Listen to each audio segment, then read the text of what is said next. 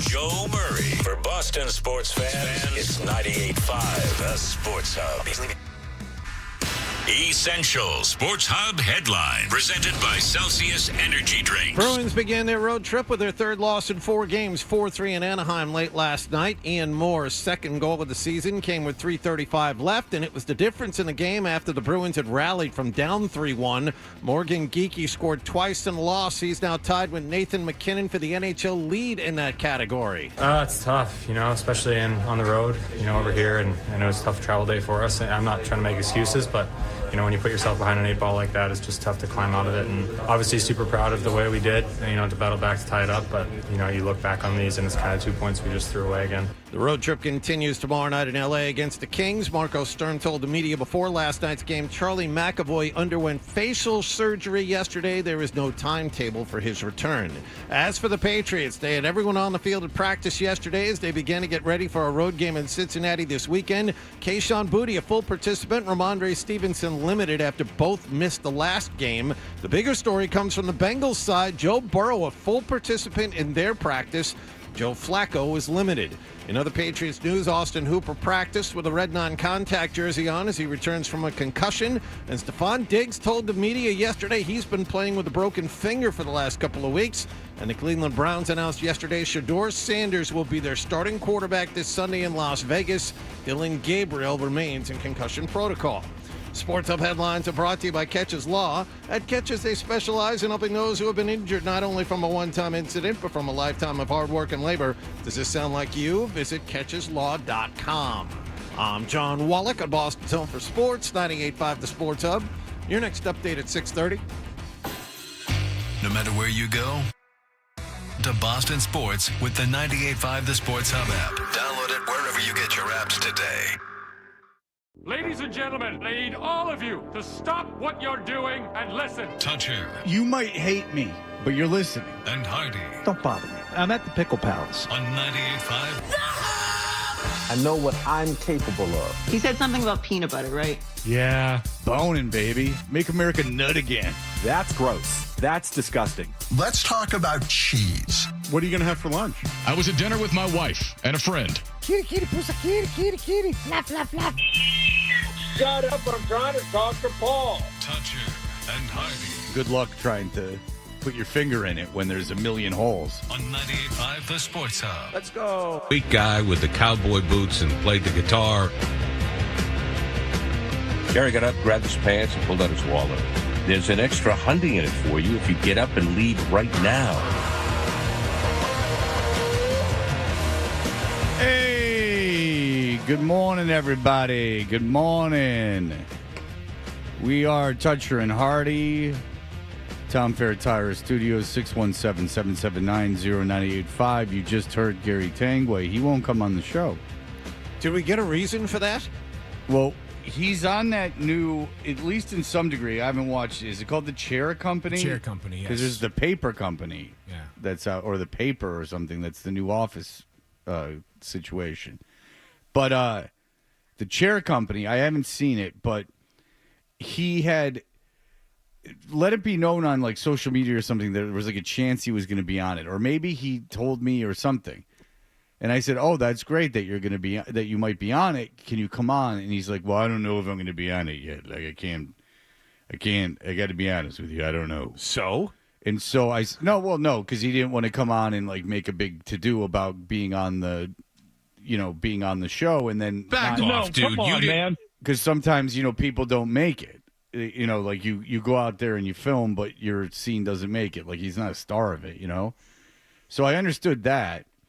But then people were sending us pictures and saying he was on it.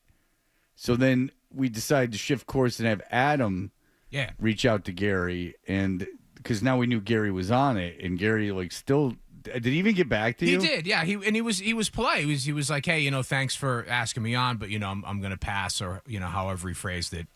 Take care. He wasn't like rude or curt or anything like that. But it was disappointing because he's a friend of the show. Love having Gary on. Well, Gary obviously doesn't love going and coming on the show. Maybe we went a little hard on him about the tattoo. Maybe that's part of it as well. Oh, we made fun of that ridiculous tattoo. Yeah. Well, you got to know. Oh, come on. That's why? I don't think so. When you get a big tattoo of the state flag of South Carolina on your forearm, and you're in your late to 50s, early 60s, you have to assume that, yes, there will be a little mockery, considering that I've spent more time in South Carolina since he's gotten that tattoo than he has. And I don't particularly care about South Carolina. I just happen to have been there. So What is it about South Carolina? It's awesome. Oh, okay. Look, he's going to be on the show no matter what, hopefully soon, because the holidays are coming. Next week is Thanksgiving week. Perhaps he'll do some fill-in work on BZ Radio or maybe over the Christmas holiday. Look, playtime's over. I can't have you coming in here talking about my book and everything. Let's put the kibosh on that, because I got rolls. You see me on Instagram. Hashtag Paul, hashtag Alan, hashtag Susie. These are all people that are involved in a project I'm interested in, and I'm sniffing around. It's brilliant. I just said this is called chumming the waters. Harvey Fierstein, beautiful performance of Hairspray. You know, if you're ever looking for an understudy, look no further than the Gay Bear. I can play gay. Check it out. All right. Watch this. What? You know, because you've heard of Rocky Suarez. Watch this. Tommy Suarez. Oh, okay. Was bopping around. He had two huge nuts on him. You know what I'm saying? How does that work with his character? Is that important to the character? Yeah, it shows a machismo. He walks in. He favors tight trousers. Okay, so you can actually see the outline of his testicles through the pants. Well, everything. The whole big ball of junk. An elephant tight. You don't know when the wiener ends and the balls begin. Wow. Do you think that's attractive? Right? Okay, all right. I mean, you know why I've been stuffing my pants for 17 years. Okay, bit more. What's his conflict? What's he dealing with? Well, the conflict is this: is bumping into stuff. His balls constantly knocking into the corners of tables. That's his catchphrase. It's also being taken seriously. Oh, okay. Is this a drama? It's a Dirk Diggler situation. Okay. Dirk Diggler situation, you know? He's a small-town boy, cop. Did he get the job because of the package or because of the package between the ears? Gotcha. His deducing qualities of investigation. Tommy Suarez. Yeah. Is he related to Rocky? Is there some kind of a tie-in between the two? Is there a crossover potential? When you got success with one project with a last name, you don't go mucking up the sauce. Okay. But there were Rocky Suarez and Tommy Suarez were met, banged. Whoops, were related. Father was a sperm donor. I don't know. Elevator pitch. You play it any way you want. Horror movie? I don't know. Maybe we'll play in one of these other countries. I don't know. Whatever, anything goes. I don't know. I've been very influenced by the adult films I've been watching. Is that right? Yeah, a lot of stepmom, stepsister stuff. Oh, boy. So let me bring that to the big screen. Influenced in what way? In terms of the cinematography or the script? Well, yeah, like the whole notion of like whoopsies were related. You know, that's the whole thing. Domineering mom. Make it very clear in the beginning, we're not related. You got to get that dialogue out of the way, so it's not gross. Does this end up being more of a comedic situation or a dramatic one? No. Tang don't do comedy. No, there might be like a cut-up thing. Okay. You know, there might be a levity, some levity. Like, you know, for instance, idea called the missing toe at the softball game. Gary's had too many beers. It's named after me. He's a big fat first baseman. Goes out and he's fielding balls and he finds a toe. Now, most people go, toe. Not Gary. Gary picks up the toe. He throws it to the shortstop. Shortstop's Rocky Suarez. She sees the toe. What's going on? Rocky is playing shortstop? Wow. Yeah. Okay. Well, with those two big cantaloupes on her chest, you let her play wherever she wants. Okay. All She right. plays catcher, shortstop, second base, center field. She's up the middle. Because everyone wanted to take Rocky up the middle. Oh, You know? good Lord. Well, she's sexy. I understand. It's powerful. It's feminine. Look, Rocky's in charge, baby. It's empowering. Yeah, Rocky's in charge. Rocky's not some lady that's being walked all over. Rocky's She was a cop. A cop's cop. She's a subject of lust because of the hooters and the ass and everything, but upstairs she's a great detective and full of pea and vinegar. You know? All right. Well, anyway, I'm just pitching it to you. Paul, go ahead, Paul. Yeah, I'm too big for you guys now. I've been watching the show. I have not noticed Gary. I mean, that's a smaller role than he had in Mystic River. Oh, yeah. Mystic River, you saw him. And then also Knives Out, you saw him. In Mystic River, was he a television reporter? I forget. I believe so. Yeah, because in Knives Out, he's a television reporter. And it's obvious that it's him. Like, he has lines. I'm not. Go ahead. I'm sorry. I know he's a guy in the background scene of a bar scene or something like that. I have not noticed it. I think there's 2 episodes left. Okay, so the picture we saw, he's at a table. Now, I haven't seen it, and no one sent, like, a scene. So it's very possible maybe he doesn't even have a line, and maybe that's what he doesn't want to talk about. I don't. Honestly, Gary always would come on and had a good sense of humor, and I don't think anything I do with that impression is, like, mean-spirited. It's just kind of like he wrote kind of a goofy book, which he would admit is a goofy book. I've never made fun of his acting career. I think he's a good It had to actor. be 2 episodes ago because there was a bar scene there with a bunch of people in the background. Yeah, like he's at a table with main characters, so it's not. He's not like a background player. Like he's at a table with main characters. But again, I haven't seen it, and it was just a still shot of it. So you would know better than me, but maybe it is in the last 2 episodes. I don't know, but Yeah, I'll have to go back and rewatch this. Did you There like were a it? couple scenes, but there were people that had really no dialogue with the main characters. yeah. Did you like the show, The Chair Company? It's freaking awesome. Okay, I gotta watch it. Wild. I started gotta it, but I only got a little bit in the first HBO episode. Max, is that it? Yes, Okay. Max. Sundays at 10. Got it. Okay, cool. I will check that out because I am a Tim Robinson fan, of course. Gary's IMDb does not list Mystic River. It's Gone Baby Gone, Stiffs. Okay, Gone Baby Gone is what it is. now. Adventures of Serial Buddies So lead many for this Boston Chappaquiddick. Well, you could understand Gone Baby Gone and Mystic River getting confused. There's also The Town. I mean, there's a bunch of them. But especially Gone Baby Gone and Mystic River, Well, right? they're Like both Dennis Lehane's, and they're like a similar grit and feel to them. right, sure. like they're kind of like down vibe, like dialogue driven dramas. They're both very good, but yeah, I could see getting those 2 things confused. It's not like the Three Stooges in Philadelphia. Like, I mean, these are things that I wouldn't get confused.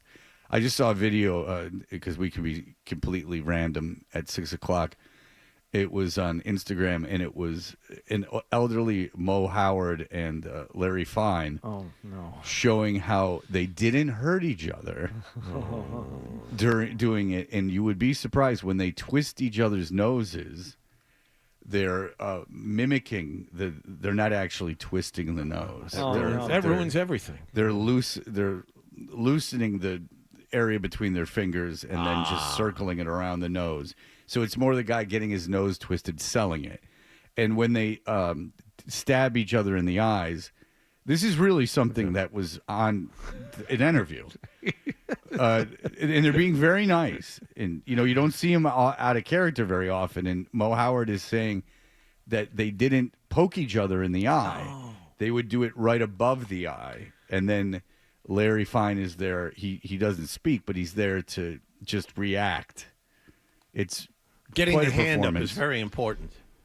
Yeah, they didn't show that to block. That's right. I was never a Three Stooges fan. I don't think that any of the Three Stooges shows are funny. I didn't think any of them. No, I loved Little Rascals, but Three Stooges I thought was just stupid. There was a kid in our neighborhood who wasn't allowed to watch TV. He for whatever reason. So when he would come over to our house or a neighbor's house, if the Three Stooges were on, he would sit there and laugh his ass off. It was, and the stuff that we wouldn't even pay attention to anymore, but he thought was like the greatest thing he had ever seen because he never got to look at anything like that. Well, I told you Jerry Stasinopoulos' dad. We thought he was dying. We were up in his room. None of this is hyperbole. This is a real story, which I remember vividly and have talked to Jerry about. This is not something I'm exaggerating. It's not a big deal. But Jerry's dad was this old Greek guy that worked at a restaurant 16 hours a day because he owned Leo's Coney Islands. But randomly he was home one day and we just heard,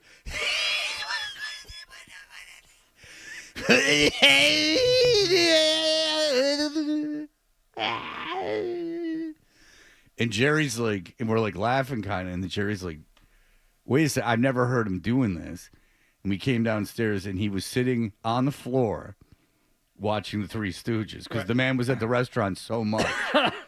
Like this was something for him. It's interesting, like kids that don't watch TV.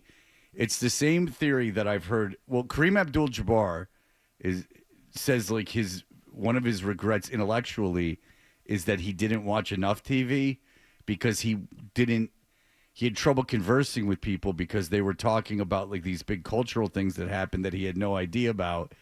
And so he felt like kind of lost.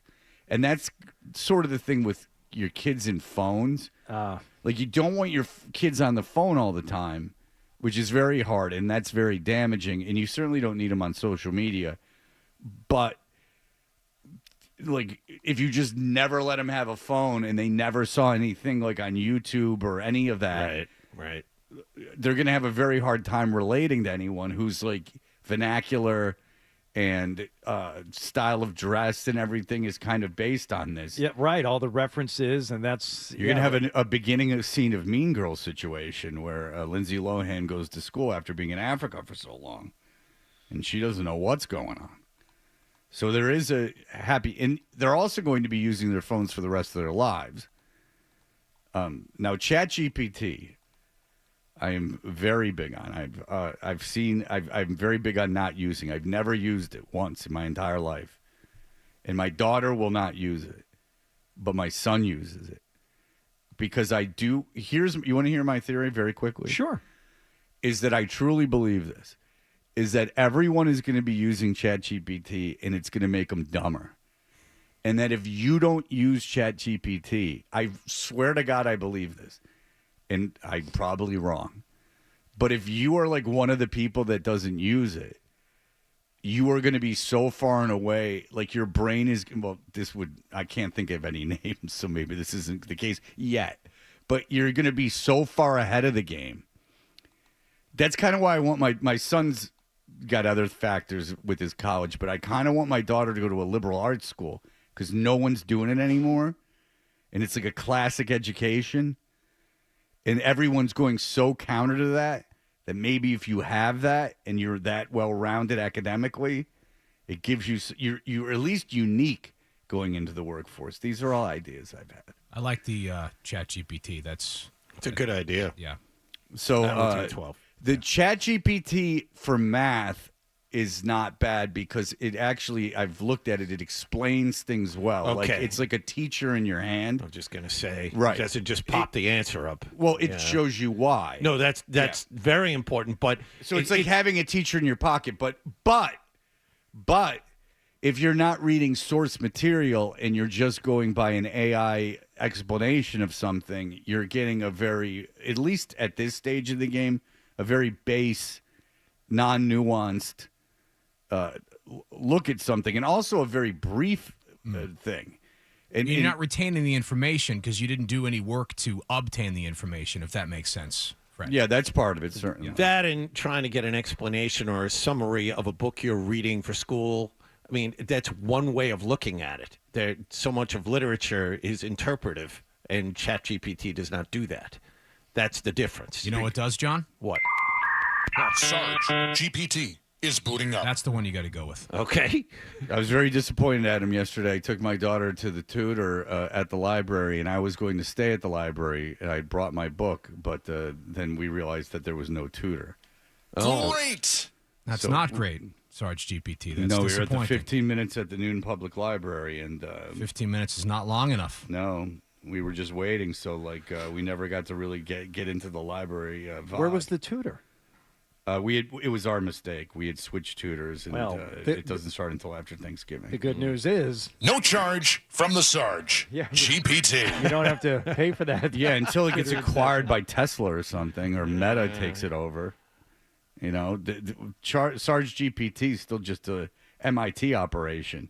As soon as they sell that off to some angel investor, it's going to be like every other piece of the man's plan. Just part of the bubble, baby. Sup, Wallach? Sup, Sarge? I like that he does. Sup, caller? I like. Well, if you want to talk to a caller, Harry's on, and Harry, I used AI for math, so I don't care. So we won't take that call. All right, very good. We will be back in unless it's a joke, and Harry, for that, I would apologize. I didn't take it. We'll be back in just a moment with what happened last night. A game I forgot happened. I have to be completely honest. I was in bed long before it happened. I saw as much of this game as you did, so don't worry about it. I just forgot it happened, so Yeah. you guys had to tell me what went on. But the Bruins did play last night. Don't look at your phones. We'll tell you everything that happened in just a moment.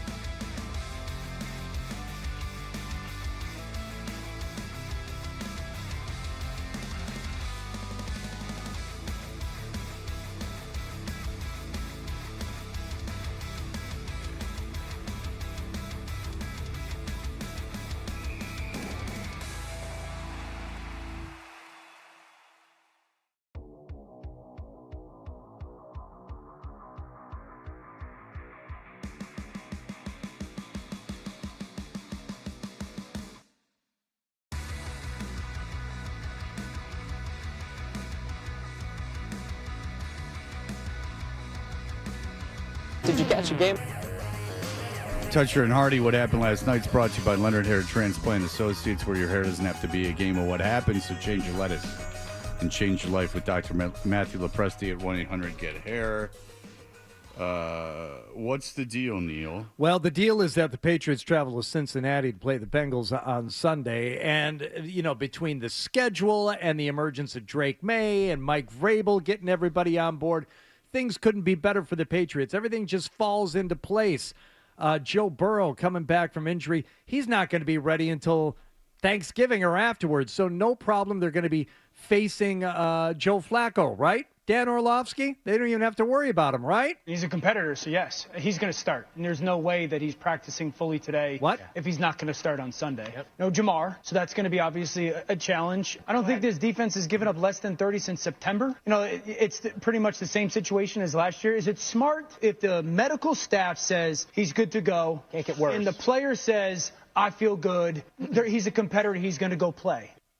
So, Joe Burrow, a full participant at practice yesterday. Dan Orlovsky among those who thinks he's going to play. Okay, so here's why that's interesting to me. We talked to a writer from Cincinnati yesterday, and for the long haul, Burrow coming back is certainly an improvement on Flacco, but the defense in Cincinnati is so terrible, I don't know what that does. Hendrickson's not going to play. Yeah, Hendrickson's not going to play, and Chase isn't going to play. But look, the Patriots are going to be favored. The Patriots should win. My only thing is that if Burrow plays, that has to be some kind of bounce for the team, right? Like that at least has to get their motivation a little bit higher than it would normally be. Instead of being a slog in a lost season, Burrow coming back gives a glimmer of hope. And perhaps, I bet you Chase is killing himself for spitting on that guy. And it gives them like a glimmer of hope. You got 7 games left. You're sitting at 3-7. Is that glimmer of hope, think, you know what? Who's to say we can't run the table? Who's to say we can't? Or, maybe finish 9-8 and see what happens. Well, 9-8 in the AFC. Look, if Indianapolis beats Kansas City on Sunday, 9-8 could get you into the playoffs. They have the Ravens twice and Buffalo after the Patriots. It's not going to happen. Right. But my point is this, and I don't think they're going to beat the Patriots. My point is this, though, is that Burrow coming back certainly makes the game a lot more interesting because just from a motivational perspective, having him back has got to do something, right? Yes. At this point in the season, if you're Cincinnati, you're probably just going through the motions. Now, Flacco's been, for the most part, good. They've put up points in most of the games he's played. Not all of them, but their offense has not been a problem in most of these games. But Burrow comes back, and at least maybe you're getting a team that's trying a little bit harder than it normally would have been. That's the only thing I can see.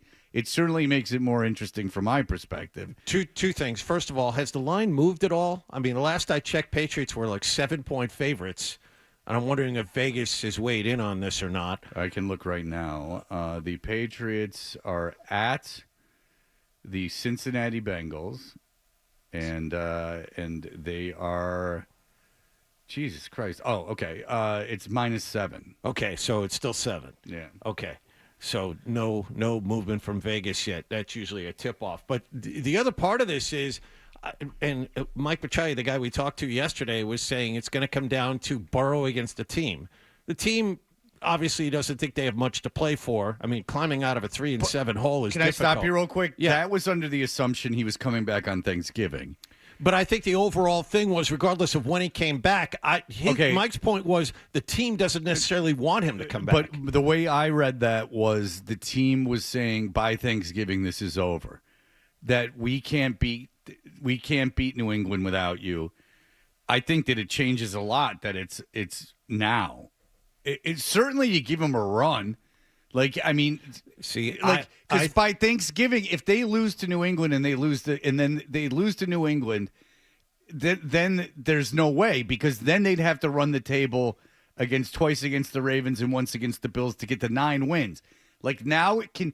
I don't know how you sell to your fan base and you sell to the team. If Burrow can play this week, that he's not going to play. And I was heading in that direction. I honestly think that Joe Burrow is going to play. I agree with Orlovsky. I mean, this guy's been on the shelf. I would think that Cincinnati would ease him back in, but to see him as a full participant in practice his first day back, I think he wants to play. I think he's going to play, or they're going to try and get him on the field this weekend. Well, what did Joe Flacco have to say about this? Joe looked good. Yeah. It's cool to see him out there. And, obviously when, you're both now taking reps and things like that, some conversations kind of happen and just like, how do you see this versus that? But yeah, Joe looked good. Mm-hmm. All right. There is Zach Taylor being asked if Burrow could play this week. Is there a scenario that Joe Burrow? Joe Burrow hasn't practiced 11 on 11 yet. So like I said the other day, until we get through some practices, there's no reason for me to even speculate on that. Well, yeah. Now you're going to get question after question about this. Full participant in practice, Zach. Good luck today. Seriously. Did you really think that was going to force everyone to go away from you? He knew that Burrow was going to be a full participant when he handled that question. Here are a couple things about that with coaches, and it goes both ways. Like, I don't understand why coaches get pissed about the question when you can just be like, I haven't decided. And then they ask another question. You go, like I said, I haven't decided. Yeah. And this isn't after a game you lost. This is during the week. Right. So, but I also don't understand from the media's perspective, then they get mad when you say you haven't decided. And so it's both ways. And this happens with every team. Like there'll be a quarterback controversy or an injured player, and the coaches this is not some Belichick crap. This is like, I don't want to say. First of all, he might not know for sure. And second of all, why would I give you that information? It has zero benefit for me. I don't have to by league rules.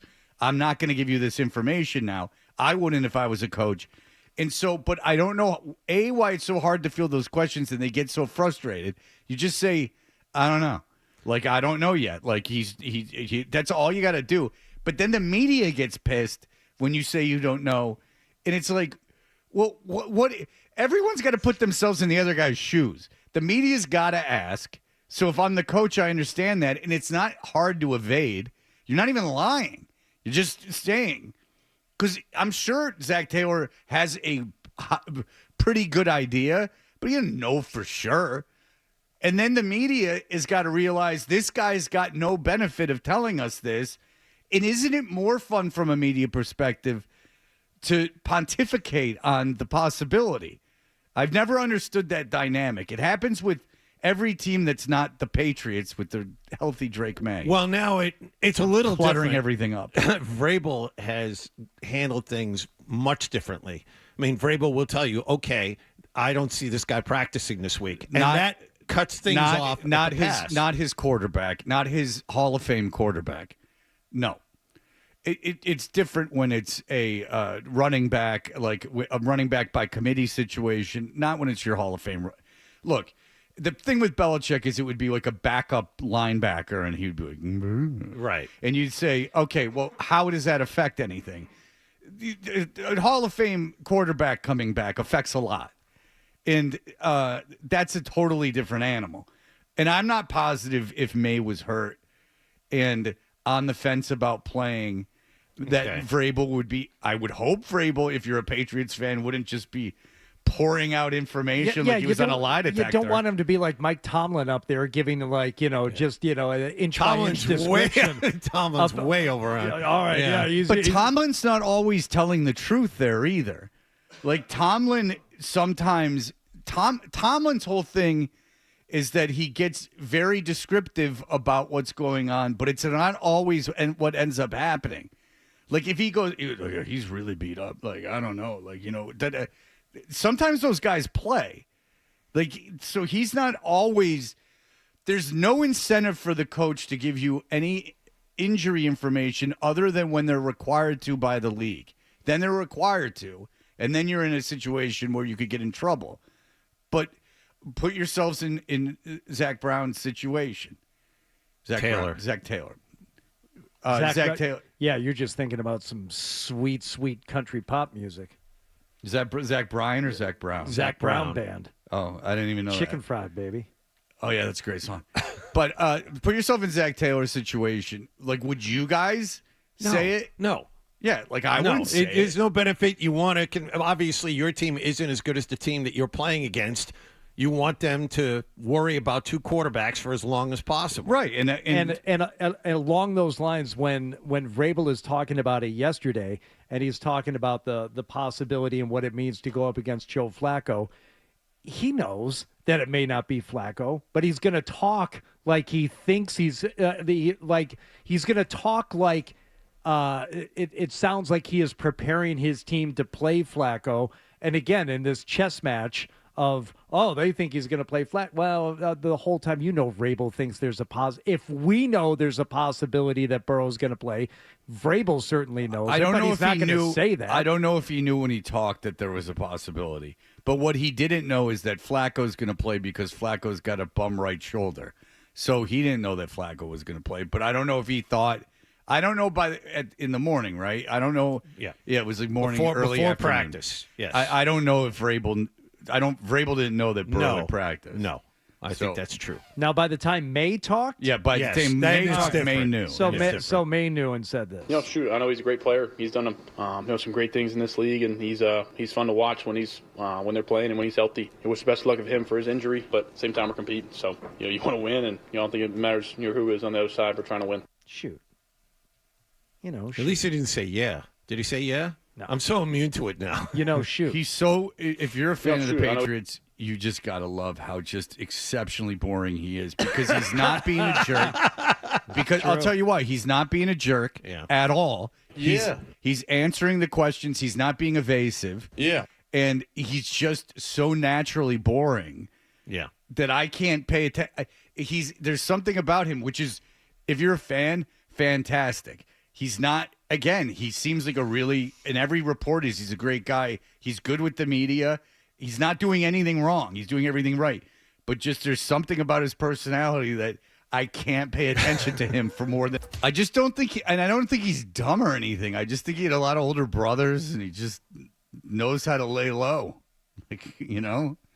I don't think if you went out to dinner with him, you're having the best time of your life. No, there is some value in the boring. It doesn't make a headline outside of football quarterback. Yep, like that. There's nothing wrong with that. He's never going to be who knows now with Tom Brady, but you would think he's never going to make $200 million being a color analyst, but who knows? Well, maybe he needs to take a little something off those passes. I don't know how Diggs broke his finger, but yes, Stephon Diggs said he broke his finger. I talk to him all the time.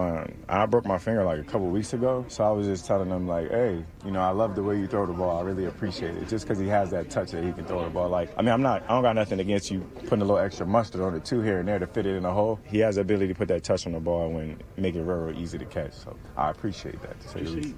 Yeah. Do you think he broke his finger? Seems kind of casual to drop it into a conversation like that. I'm positive he broke his finger. I think they pushed him a little bit, and he said something like that. Don't worry about it. Yeah, I'm not positive he broke his finger. It's pretty difficult to play with a broken finger. Hairline fracture or something like that? Yeah, I don't know. If not a non-displaced type of deal. Okay, is he worried about it? Broke your finger? Yeah, something like that. Yeah, something like that. That's what I'm saying. Yeah, I'm not positive. Broke your finger? Yeah, something like that. Play right through it? Don't worry about it. At least I'm not worried. Play right through it, champ. Dan Roach, WBZ TV. Hey there. Play right through it, huh? Hey there, hero of the people. You're a gamer.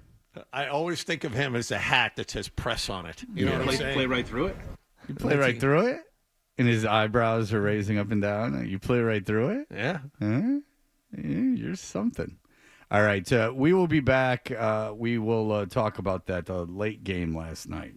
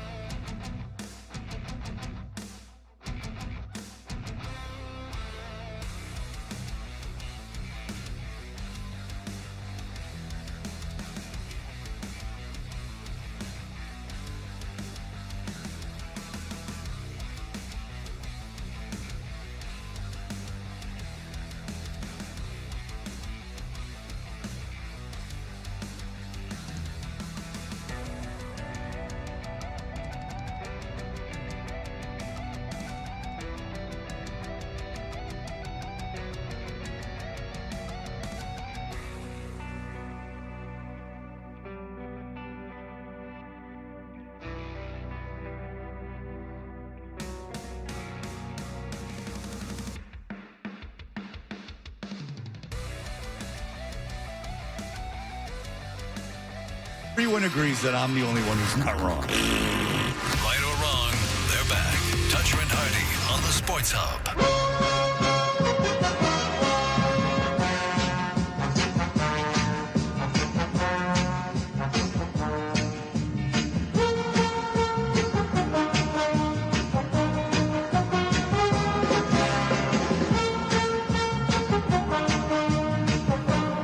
Brass Bonanza. Yeah. All right, we're Toucher and Hardy. No, they weren't playing Hartford. But the Boston Bruins played late into the evening last night. They sure did. Out there in Anaheim, taking on the Ducks. And let's listen to some first period action here, huh? Walked along the blue line and a long shot by Nestorenko, and a rebound and thrown back out in front, and they score. And it's Jansen Harkins who gets the Ducks on the board 2.5 minutes in. Jansen, you're going to get beat by a kid named Jansen? As long as you don't allow a second goal in the first period, you should be okay, especially when it's only 6.5 minutes into the game. Loose puck picked up by McTavish. Gets it back to the point. Gudas, a drive, and they score. Looked like that one redirected in front, found its way just under the bar, and Anaheim's got a 2-0 lead. That's not good. No. Bruins would score on the power play. Morgan Geekie would make it a 2-1 game late in the first period. And then Morgan Geekie again with the Bruins trailing 3-2. Third period, 7:39 mark. Zaka wins it cleanly. Back to Lindholm, standing at the point. Walks it to the center of the blue line. Deals it back to the near side for Pastrnak. Throws it in front. They score! Redirected from between the circles by Morgan Geekie. And the Bruins tie it with a power play goal. All right, there we go. So about midway through the third, a little less than that, it's a tie game. Now, I didn't love the second goal that was scored last night. And upon viewing it this morning, not really crazy about this, especially when you're under the 4-minute mark, tie game on the road. Try not to let this happen. Kreider with a right wing pass finds Terry. Carlson along the right circle. Turns it back up top. Shot, and they score. The shot by Moore looked like it redirected past Korpisalo, and it's a 4-3 Anaheim lead. By the time it redirected, didn't have a lot left on it anymore. No.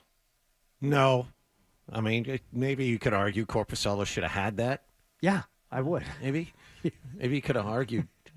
Jonas, maybe you stopped that one. But Morgan Geekie with the 2 power play goals. Again, it's not good when you let it slip away in the third, right there, Morgan? A little bit up and down, but, it's just one of those things where I felt like kind of the same thing happened when we played these guys last time, just let it slip away in the third. And, I think we start getting back on our heels a little bit, even after, a good start to the third period. But, yeah, I liked our game for the most part, but, those little opportunities, other teams are going to take advantage, and they did those tonight. That's exactly what happened the first time. I mean, Anaheim scored 4 goals in the third period the last time these two teams played. And they, basically the same thing. Under 5 minutes left, game is tied, and Anaheim goes up 6-5 and gets an empty netter to win 7-5. One of the worst defensive outings of the season the last time they played this team. I remember that. It was terrible. But the power play is good. Just a kind of direct approach, I think. They were kind of both off of 2 plays, kind of right off the face-off, and just kind of being predictable. I think that's been a goal of ours all year, and try to stick to that game plan. So, I think when the personnel changes, it makes it a little easier to be on the same page. That second power play goal, Pastrnak put it right on his stick. It looked like he was going to take the shot, and instead Geekie was in position to score. But once again, they fall 4-3. I find it amazing that Morgan Geekie is this good. I mean, he's got 14 goals. That ties him with Nathan McKinnon for the league lead. He has 86 career goals. 64 of them have come in the last 2 plus 14 games. It's a shrewd move by the Bruins. I mean, he was a checking line forward for Seattle when he came here. So never had more than 9 goals in a season. It's amazing what's happened to him. So the Bruins road trip will continue as they go to San Jose next, I believe. Kings, I believe. Is it? I think it's Kings tomorrow night. If you say so, John. Okay. We'll all be up watching it tomorrow night, 10:30. Yeah. Kings Friday night, and then San Jose on Sunday evening. So after that 7-game win streak, they have now dropped 3 of 4, losing to the Senators, Hurricanes, and then the Ducks last night. You can't blame them. I mean, this team didn't have a lot of depth to start with, and now you're without 3 of your top 6 forwards and Charlie McAvoy, who's out indefinitely after surgery yesterday. Yeah, you're on the West Coast. This is a real tough task to ask. Yeah. Going to the West Coast and playing these games is difficult when you're at full speed, regardless of how the teams out there are doing. And now you're asking, a mass unit to go out there and try and win games. It's tough. But you got to give him credit for getting Kiki on that $5.5 million deal. Yeah. I mean, that looks like they got him through 2029-30. And you got to figure that's, if he's this productive, I mean, they're stealing him. I mean, Pasternak's making $11 million. Yep. Elias Lindholm's making almost $8 million. Casey Middlestad's made more than Geeky. Just a little bit more than Geeky, but, I mean, they really got him on a bargain. So good for them for that. You can't fault them for that. No, but in terms of the road trip, even without McAvoy, who is now, the only update we got was at home recovering. Facial surgery. They weren't very specific. No. But, okay, so it's 4-game road trip that'll wrap up. It's 3 out west, and then they're at New York on Wednesday night. Is it out of line to think maybe they pick up 2 wins? I think that's being very that's exceedingly positive. I mean, put it in terms of points. There are 8 possible points. If they came home with 3 on this trip out of 8, all right, I'd live with that. All right. We'll hold them to it. Yeah, it's a. But then again, that means they have to get 3 out of a possible 6 here the next 3 games. Sure. Yeah, it's not an easy thing as banged up as they are. Elias Lindholm could be coming back. He's on the trip. Yep. So he could be coming. I would guess he is coming back at some point. I just don't know when they pick up these games that they got 3 game, like teams have 3 games in hand. Yeah. Like I don't understand how that's possible. And it's let me tell you something. It's not in December. It's every other night. It's a back-to-back on the 20th and 21st. They get a couple days like around Christmas. Yeah, but other than that, they're every other night and a back-to-back in the entire month of December. Well, everyone gets the Christmas. So, yeah, listen to their schedule. So they played last night. They played Friday, Sunday, Wednesday, Friday, Saturday, Tuesday. They played Friday and Saturday. They played back-to-backs. Then they played Tuesday, Thursday, Saturday, Tuesday. Like, I don't understand when these games get made up. There's usually like a Saturday to Thursday break in there, at some point, but I don't see it. And we talked to Ryan Johnston yesterday, and, he's obviously very interested in the schedule because he's got to be at all the games, and he knows all the road trips, and he can't figure out when the games get made up. There's, never a point in the season where you go, oh, that's a little break. Not that everyone gets Christmas, everyone's getting the Olympics. This isn't that the schedule is truncated because of the truncated the right term, or is it just that it's compacted in terms of time because of the big break for the Olympics. Everyone has that. And this might be the most boring thing in the world, but it's fascinating to me. It has been since the beginning of the season. I don't get now through April, I count 4 times where there's an extra day thrown in when they aren't every other day. Hey, I found one. Tuesday, April 7th to Saturday, April 11th. Yeah. There you go. Okay. So that's 2 extra days. I know. So that's right at the end of the season. Yeah, and that's right when you want them, too. Like when you could be mathematically out of it is when you want those days off. Right. Boy, they got screwed there. I guess if you're going into the playoffs, that's good. But if you're not going to the playoffs, that sucks. Yeah, that's when you want the back-to-backs. Get them done. Get them out of there.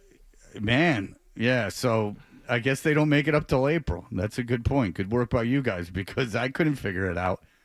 Because, again, I don't know. They just seem to be playing a lot, and no one else is playing as much as them. Like, one other team's playing as much as them. I don't get it. And with these injuries, people are going to get hurt playing at this pace. And then there's no time for them to get back because you're playing every other day. So you're screwed in a lot of instances. And this team has been, surprisingly entertaining. And it's just a shame when they, all these, guys are going to get hurt playing every other night with no breaks. And then, half the team, even the crappy players, are going to play in the Olympics. Like Elias Lindholm's going to play in the Olympics. And then he'll get hurt there. And the whole thing. Like McAvoy got hurt in that Four Nations thing, right? Yep. Yeah, so there you go. Celtics, meanwhile, thankfully get a break after that rough outing against Brooklyn. They've got some time built in. They two very tough games. They don't have to worry about Brooklyn again until tomorrow night. Mm-hmm. Woo! Yeah, those home and homes are rough. I mean, the schedule makers did them no favors. All right, so we'll be back. Adam has a little bit of a passion project that he will bring up in several meetings. I understand where he's going with it. We can talk about it in just a moment. Toucher and Hardy, 98.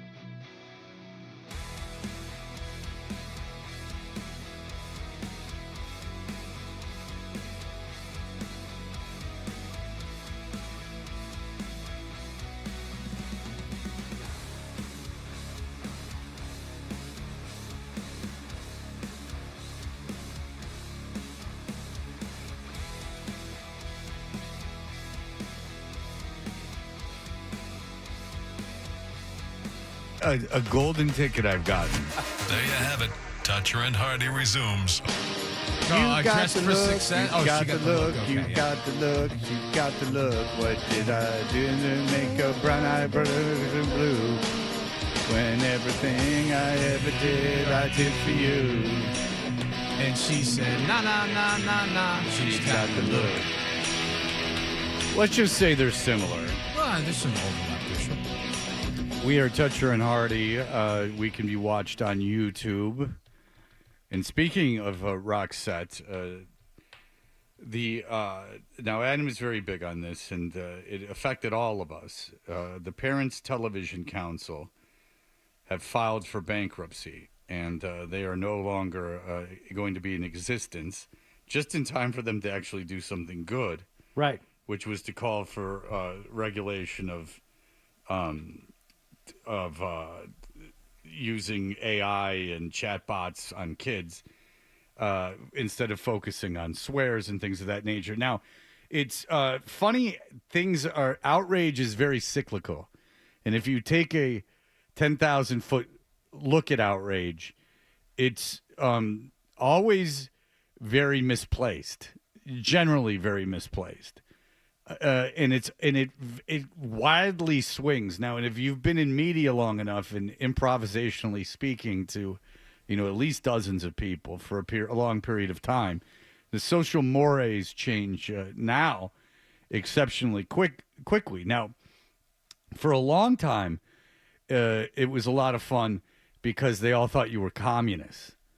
And then you had Trump's lawyer back then in the 50s in the McCarthy hearings, Cohn. You had him. If they didn't like you, they'd come after you for being communist. The big Red Scare situation. And then they got down to Elvis. They wouldn't show his hips. There's the famous Ed Sullivan put these people over, so you can't say Ed Sullivan is the enemy here. Put a lot of black acts on. He put a lot of Ed Sullivan did a lot of good, but they didn't want to show Elvis's hips. Then there was the Rolling Stones. They didn't want him saying, "Let's spend the night together." Spend the night together. Let's spend some time together. Because spending the night together they would be having sex, which you did not do. And part of the reason that they think that Nixon won the second term was that there was, from the pre-boomer generation, there was a kind of envy of the freewheeling sex style of the youth.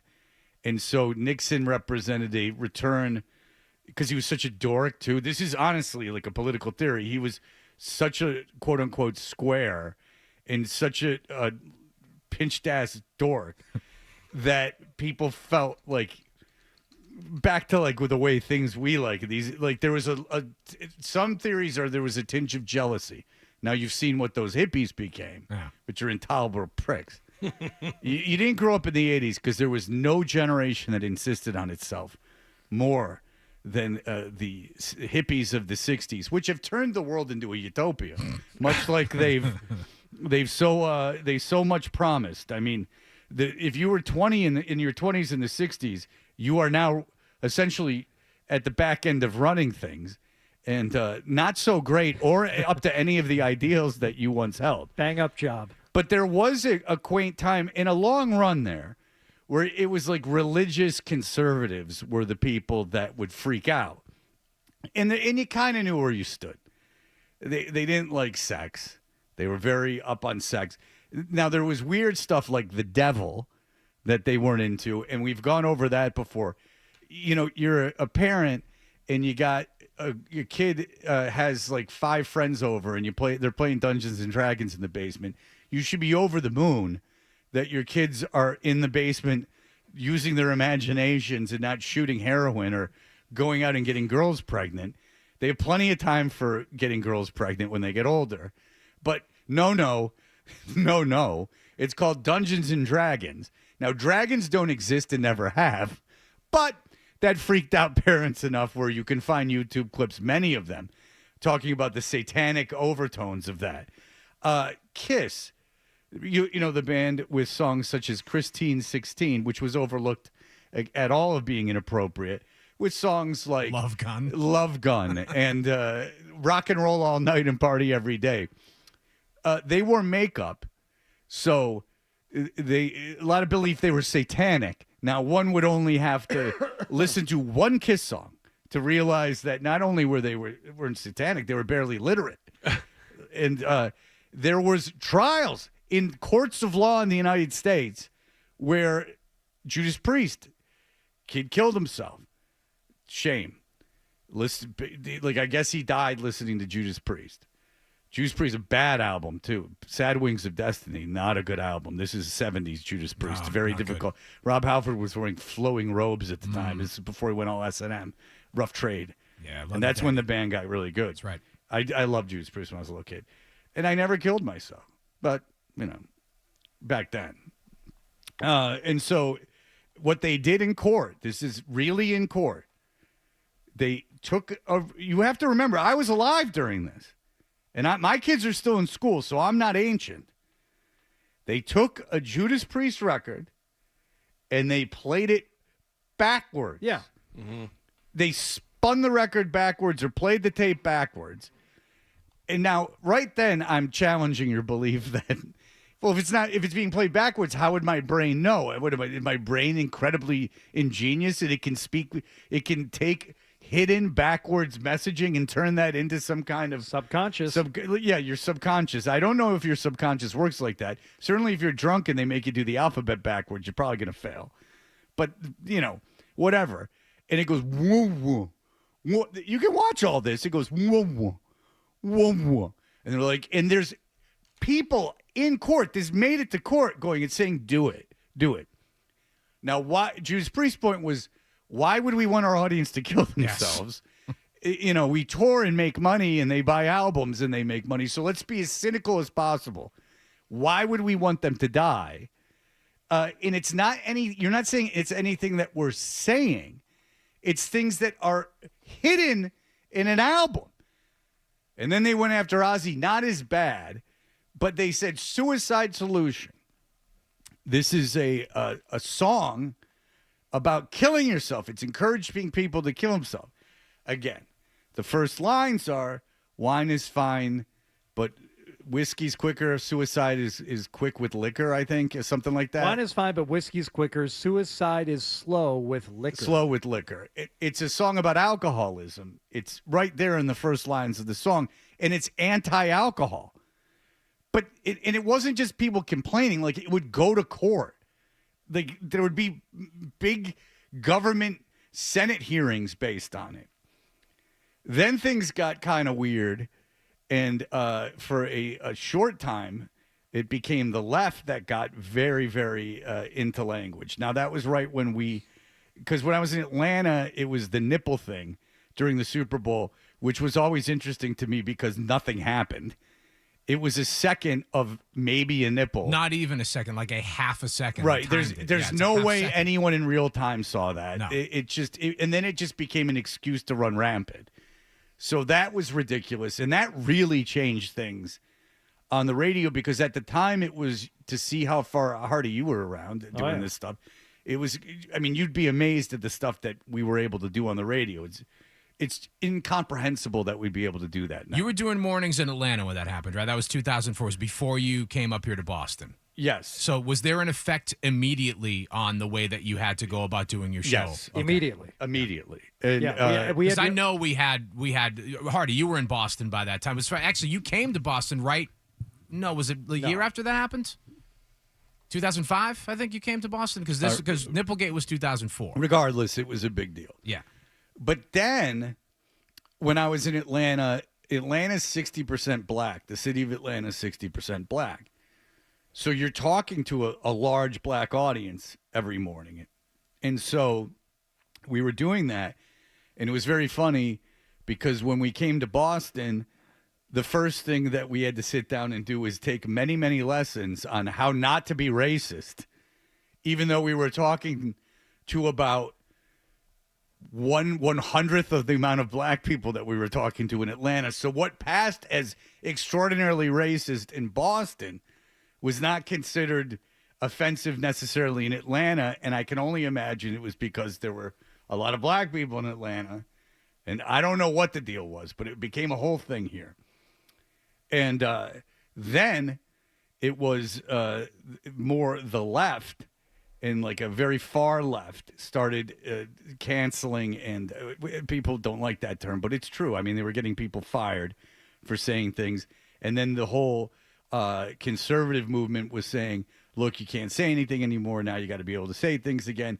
And that was fairly oppressive, the whole left thing, and also much more confusing. The sex stuff, you got it. Like, you know, you were pushing things a little bit with the sex stuff. You understood what you were doing. There would be rules in terms of language that even Adam, who's very sympathetic to these causes, will admit that were very confusing and hard to follow. Yeah. And you couldn't just say, I was ignorant. You couldn't just say, like, I didn't know, because that was no excuse. Like, you should have known. So instead of going like, because there are really times, like, there's stuff changing all the time. Like, you don't know, like, proper terminology and what's not allowed anymore. I mean, there has to be a little bit of, and that was a big mistake, because when that happened and there was no even, like, allowing for ignorance, then you pissed all these people off, and then it swung at this big, now the left is the big censors. Now I think it's getting back with the FCC and everything to good old-fashioned religious right. I think it's getting back to that, which I'm much more comfortable with. I find that much more comfortable, because it's not. It's pretty much just like establishment. You know, don't talk about sex, and like you're bad if you jerk off and da da da. But I think no matter who is trying to like take control of this, and like whoever is gonna, you know, come forward as, you know, the next arbiters of morality and ethics and taste, they're going to run into the same problem that the Parents Television Council did, which is now defunct, bankrupt, gone. And it's a lot of it's their own doing. There were like money issues and there was shenanigans going on. But what they ran into is, well, what are we actually policing now? Right. You don't really have much say over stuff that is not over the public airwaves, just like the FCC doesn't. Who do we go after? Well, you can still go after cable, stuff that is going into people's homes.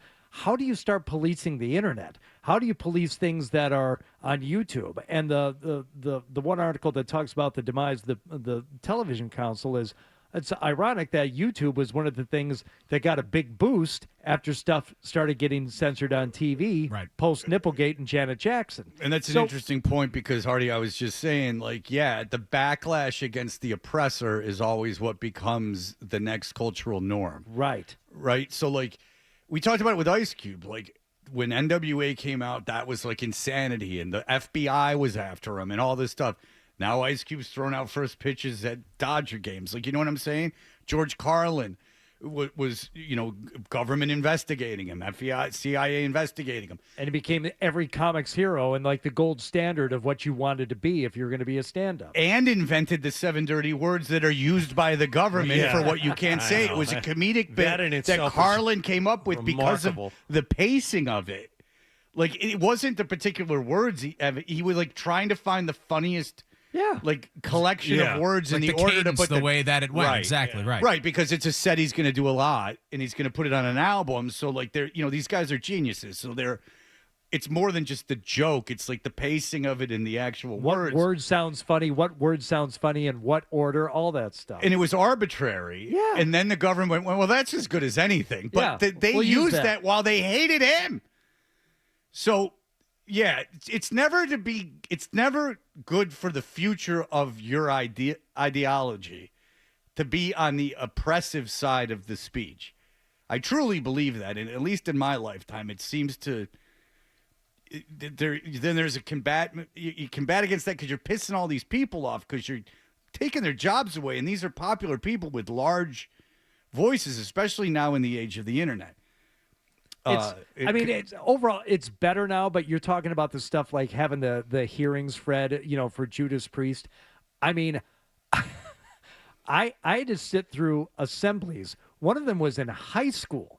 So this isn't like going back to the 70s. This is the 80s when I was sitting in a high school auditorium and they made everybody come in and sit down, and this guy did an assembly about the dangers of music and how it's being spoken to you. And the two examples I remember was he used Simon and Garfunkel's Bridge Over Troubled Water Fair. because of the lyrics, Sail on Silver Girl. Okay. That was a reference to a heroin needle. All right. Sail on, Silver Girl, sail on by. Which no child would know if you didn't point it out, dummy. But I don't think that's the case, number one. And even if it were, we're like, what the hell are you talking about? And his other example was from the Beatles, again, really speaking to a group of teenagers in the late 80s, using the George Harrison, My Sweet Lord. Because at the end of My Sweet Lord, he starts doing the Hare Krishna chant, which he says was not Christian and therefore anti-Christianity, the Antichrist. Well, in a song called My Sweet Lord. Well, listen, George Harrison. Like this in a public high school, we're having to sit there and be like, get lectured on this stuff. We're like, what the hell is going on? That's your ignorance, because George Harrison was into Vedic culture, which was new at the time. Yeah. It wasn't thousands and thousands of years old, predating Christianity. Now, the Hare Krishna chant, whatever, but he's doing the Vedic stuff, which is more ancient than Christianity. It's weird. But that would be something that pointed. It's not like something that he made up. It's not like, I mean, it's stuff from like the Ganges River and stuff. Like it's stuff from before time. The Antichrist is seeping into your eardrums, and you don't even know it. Yeah, and like 1/3 of the world is doing this religion and this set of beliefs. Yeah, well, yeah, it's pretty dangerous. Where did George pick that up? You know. It's where did he pick up that whole Vedic thing? I don't know. Maybe he talked to someone that was alive 5,000 years ago. But I'd never trusted Garfunkel because I knew he was up to something because he had that afro.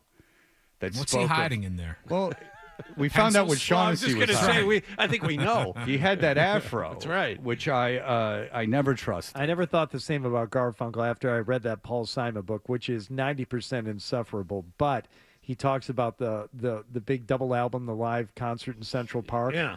That Art Garfunkel had a bit of a cold when they did the show, and he didn't like his vocals, and he went back and re-recorded his live vocals on the live album. Like, this isn't even real? Yeah. All right. Well, so goodbye to the Parents Television Council. And by the way, one thing that you could always do was kind of like regulate stuff to kids. Not even in terms of like content, but just like you're not allowed to buy porn if you're a kid. Like you're not allowed you're not allowed to buy cigarettes if you're a kid. Maybe the government cracked down a little bit on how much kids can be on social media. An idea. I don't know how you would enforce it, but I don't know. Listen, I'm doing the best I can with my own children. You know? Worry about your own backyard. I am worried about my own backyard. You don't see me running around getting involved in causes. That's Adam's lane, bothering everyone with his causes. Adam. Trying to make the world a better place. You don't see me doing that. I worry about myself. Good old-fashioned American narcissism. That's where I stand. All right. Well, there you go. Goodbye to the Parents Television Council. And we'll see what's next. Now you can't really talk negatively about the president if you're a late-night host, because then Project 2025 comes down on you. So that's why I say it's kind of swinging back maybe. Mm-hmm. But maybe we'll just get into a world where both sides are you can't say anything. Cool. That would be great for our jobs. That would really develop society. But I'll tell you what, the standards for broadcasters seem a lot different from the standards of everyone else. Everyone else is running around saying whatever they want. Yeah. But if I said anything, if I said half these things or put these videos up that politicians and everyone else is running around putting up, they'd lose my job in 5 seconds. It's insane. The standards that we're under are so much different than the standards that anyone else is under. So I don't understand, but there you go. All right, we'll be back in just a moment. Joe Burrow. Sweet Joe Burrow. Could he be playing on Sunday? We'll discuss. Stay tuned for more Toucher and Hardy on the Sports Hub. Hey, if you notice sticky doors and windows, cracks, and brick...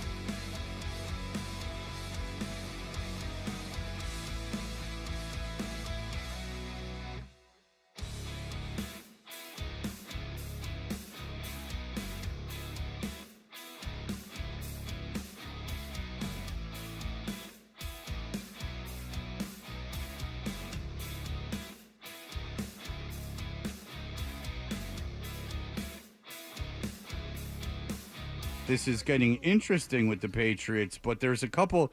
First of all, last week's slate of games was not great, especially on Sunday during the day. It got better as the day went on, but it was not so great in the 1 o'clock window. A lot of very good games in the early window, late window, whatever you have it. And even games that you would think would be terrible, like Cleveland-Vegas, is interesting because Shedeur Sanders is starting for Cleveland. Dylan Gabriel's got a concussion. He can't play anymore. So they traded Flacco. So this is where they're at. Shedeur Sanders had one of the all-time worst debuts of a quarterback in NFL history. And, John, you had sent us an article that was talking about how he's kind of in a no-lose situation with his fans. Yeah, Armando Salguero, who is a great writer, used to write for the Miami Herald for years now, covers the NFL for Outkick. He wrote a story yesterday which basically said the Shedeur Sanders truthers are in a no-lose situation this weekend. If Shedeur goes out there and lights it up against Las Vegas, which is possible because Vegas is a terrible team, they'll say, see, told you, never should have been sat in the first place. He's clearly the best quarterback. He should be the quarterback for the next decade. But, and this is the more likely scenario, he goes out and coughs up a fur ball again and throws 3 picks, gets sacked 5 times, and, Cleveland performs terribly. They'll say, well, he didn't have enough time with the first team. He only practiced for 1 week with the first team reps. His offensive line is bad. He doesn't have enough wide receivers. There's no scenario upon which any of this could be Shedeur Sanders' lack of talent. And what's interesting is that I don't know, other than him being Deion's kid, what the need to protect him is. Now, this was brought up about, like, people are blaming Stefanski, right? Stefanski in Cleveland. They're blaming Stefanski, who, by the way, is an offensive guy. Who's been, I think Stefanski, does he have any, okay, I think he has some accolades, but nonetheless, he got the job because of his offensive prowess. Am I correct there? I believe I am. I'm double checking. Offensive coordinator of the Vikings before he took this job. Okay, so Stefanski has bona fides offensively. There's a theory with some in Cleveland and around the league that the offensive line of Cleveland was saying that they didn't understand the cadence. He's been the coach of the year in the NFL twice. That's what I was thinking. I wanted to make that sure. I knew he had bona fides. Yep. So there was this talk about the offensive line saying that there was a problem with the cadence, and they chalked that up to him not practicing with the first team. Only problem with that, though, no false starts.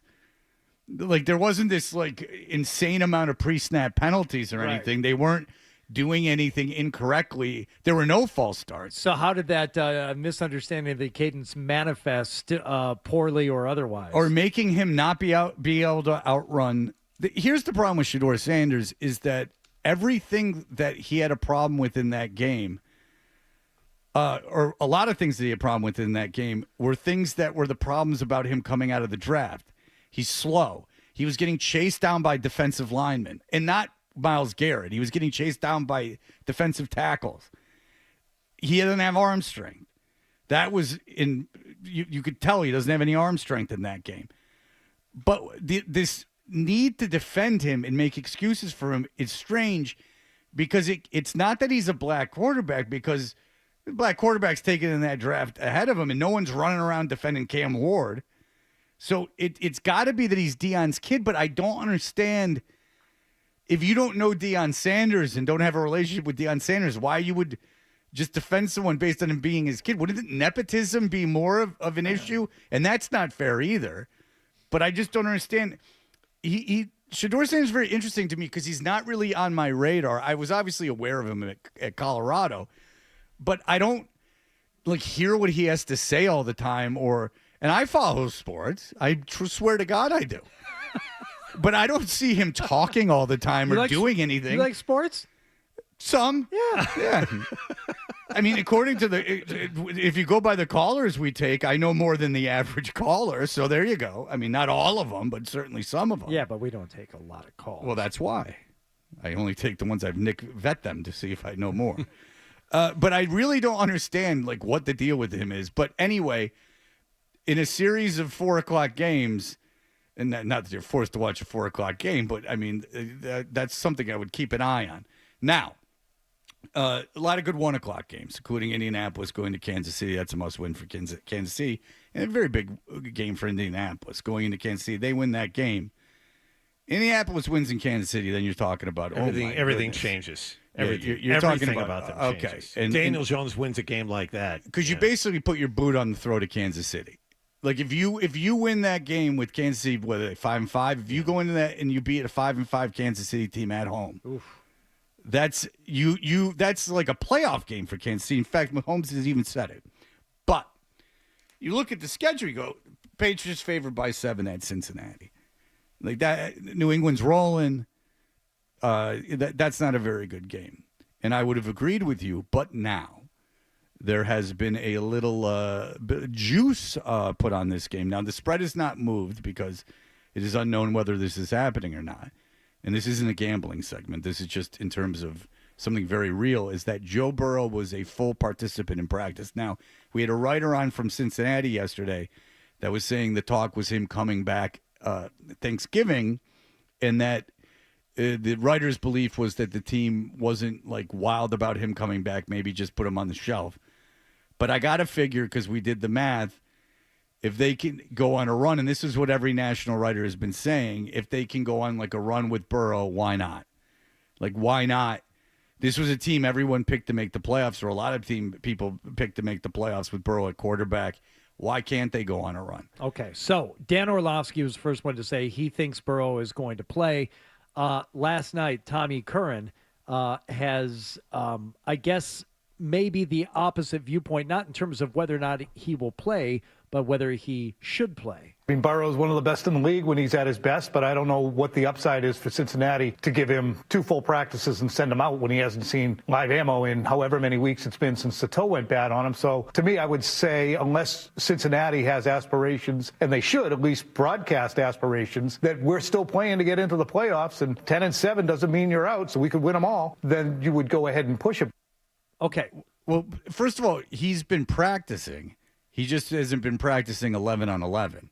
Like, this isn't the first. He hasn't been in a boot, and then they just got out of the boot, and now he's just moving around for the first time. This is just the first time he's been a full participant in practice, and it's on a Wednesday.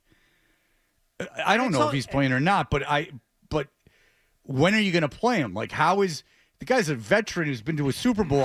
How is 2 more full practices next week going to make him worlds more ready to play? And they play Thanksgiving night. Exactly. I don't even think it's 2. I think it's 1. They probably practice Tuesday. And like you said, Fred, it's Joe Burrow. It's not a rookie. It's not a second-year guy. This guy knows what he's doing, and he can go out there, and even with just a couple full practices under his belt, yeah, he would be ready. Now, in terms of the interest in the broadcasting, and does that factor into it? Yes. You've got a fan base that you have to answer to, and you should not be looking at this as a lost season yet. If you don't play him and he's ready to play, and you go out there and you get absolutely annihilated, and then you got to roll him out there on Thanksgiving, and who knows how he's going to be in his first game back, you're just essentially pushing in the towel or throwing in the towel when it's not yet time to do that. I don't know how you answer to Burrow, to the fans, to the team, locker room, to the locker room, to the team. That's the big thing. Is like you're just telling the team, like, we've quit. He's ready. He's out there. He's practicing. And his full practice, and you're not going to play him. The team already knows whether or not he's ready to go. Well, he practiced. Well, I mean, the coaching staff knows. Even before he got to the field, even before he got to 11 on 11, everyone in that locker room knows whether or not Burrow's ready to play. Yeah, I don't know. Does Curran know they're playing Thanksgiving night? Because I'm sure he does. I would think he does. Yes. Because that's an odd, like, why wouldn't he play Sunday? Like, I would be more apt to play him on Sunday at home. It's one more practice. That's all it is between Sunday and Thanksgiving. Yeah, and see how he does on Sunday at home against a team without an elite pass rush. I would think that, who are they playing on Thanksgiving? I'm getting that. They are playing Baltimore, in Baltimore. I mean, wouldn't you rather have them? Look, I think New England wins this game, obviously. Like, I'm not saying New England's a bad team or aren't going to win the game. But I wouldn't want to – I'm not necessarily – with Milton Williams out, I'm not necessarily afraid about, like, a devastating pass rush from New England. Now, Mike Giardi has another theory as to why they might be playing Burrow. Desperation. I think there's a lot of people in Cincinnati. Well, I shouldn't say a lot of people. There's a head coach who's concerned about losing his job. They're not going to fire the GM, Duke Tobin, because he's good friends with Mike Brown. And Mike Brown, as we know, that's a family business. His dad and Duke Tobin's dad were best buddies. Duke's not going anywhere. So if they're going to make a change, it's going to be Zach. So Zach's got to be looking at this saying, I got to try to win out. And you know the player himself is going to say, I want to play. Like, this is our whole point. So he's going to try to push this. Well, Duke Tobin's a great GM. You can get based on his first-round pick this year, which has been an unmitigated disaster. That everyone said it. This might be an unmitigated disaster. Attitude problems and no production in college, and they still took the kid. But nonetheless, it does add some juice. And look, Cincinnati's defense sucks. This doesn't fix any of that. Hendrickson's not playing, and even if he did, it doesn't matter. Yes, and Giardi said as much. It may not really make a difference. The problem for them is 30-plus isn't going to get it done because their defense is the worst defense in the National Football League. It's the worst defense in DVOA since 2000. Like, they are incredibly horrific defensively. Like, Patriots could score 40 if they're even remotely sharp in this game. Yeah, they could. But the only thing is that the benefit is, look, this is like a dead season for Cincinnati. But Burrow comes back at home. That adds juice. Like, that's like, players aren't going through the motions necessarily in this game. Yeah. There's a certain bit of motivation. There's an emotional lift. It helps the coach, connect with his players more. I think the locker room argument's the biggest one. Well, the locker room's everything. I mean, that's just it. You can't. Brown doesn't care about selling anything to the fan base. Right. It's whether or not you want the players to quit. Yeah, and if you're the coach, if the guy wants to play, you've invested everything into him, and he wants to play. In the season, you got 7 games left. I don't know how you go to the locker room. Well, we're not going to play him because these games don't matter. So why should you try? If you don't, you save your own career. If you don't play Burrow, and Flacco is not 100%. If you don't play Burrow and you wind up and lose, and you're right, they could lose anyway, even if Burrow played. Well, they're probably going to. Right. So then you have 8 losses. You're 3-8, and you're telling your guys you pretty much have to win the last 6. And you have Baltimore twice, and you have Buffalo in a row, by the way. And they go Baltimore, Buffalo, Baltimore again. No chance. But it's as simple as this: you beat New England, who's 8-2. You beat New England, and then you go, wow, we just beat New England. Yeah, we just beat the second seed in the AFC. Now anything's possible. Then why don't you beat Buffalo? New England beat Buffalo. Then why shouldn't we be able to beat Buffalo? You know what I'm saying? It's this whole mind thing. Short week going into Thanksgiving. Like, anything can happen in that game. We got Burrow back. Then you win on Thanksgiving. Now that's 2. Now everything seems a little bit more simple.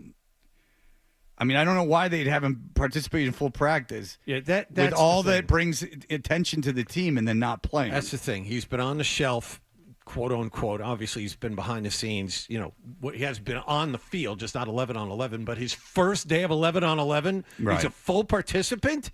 He's playing. He's playing this weekend. Yeah, I would hope so, just because it's more. He'll be ready. It'll be Zach Taylor's choice, but Burrow, in his mind, thinks he's playing. Because what do you think's more likely, beating the Patriots at home or the Ravens on the road in a short week? Because it's not obvious, but I'll just say because Patriots at home. See, I think that if you beat the Patriots at home, the Ravens on a short week is a more likely victory for a bunch of reasons. Is that you've now established yourself as being capable of beating an elite team in the AFC. And we've seen on a short week anything can happen. And that Ravens defense isn't great. It's playing much better. And I don't think Cincinnati wins either of these games. But just the motivation, I can see the motivation for playing Burrow. It's hard to pack in the season. And a lot of times don't think that's a good idea. There's not many teams in the NFL, including the team I root for, that I think should be packing things in right now because there is that culture development and all that stuff. Last 2 games of the season, okay, everything's gone. But this midway, past midway through the season, I don't know if I'm actively tanking games. 6 yet. or 7 games left. Yeah, I'm not actively. I'm not doing that to my locker room, and it's very hard to be a coach, I'd imagine, after you do that and face the team the next season. I think for coaches, a lot of times we undervalue how much wins mean, even garbage wins. They kind of can, create a culture and get people behind them. So we'll see. If you see that effort, that goes a long way. All right, we'll be back in just a moment. Here are the headlines. Sports Hub headlines presented by Celsius Energy Drinks.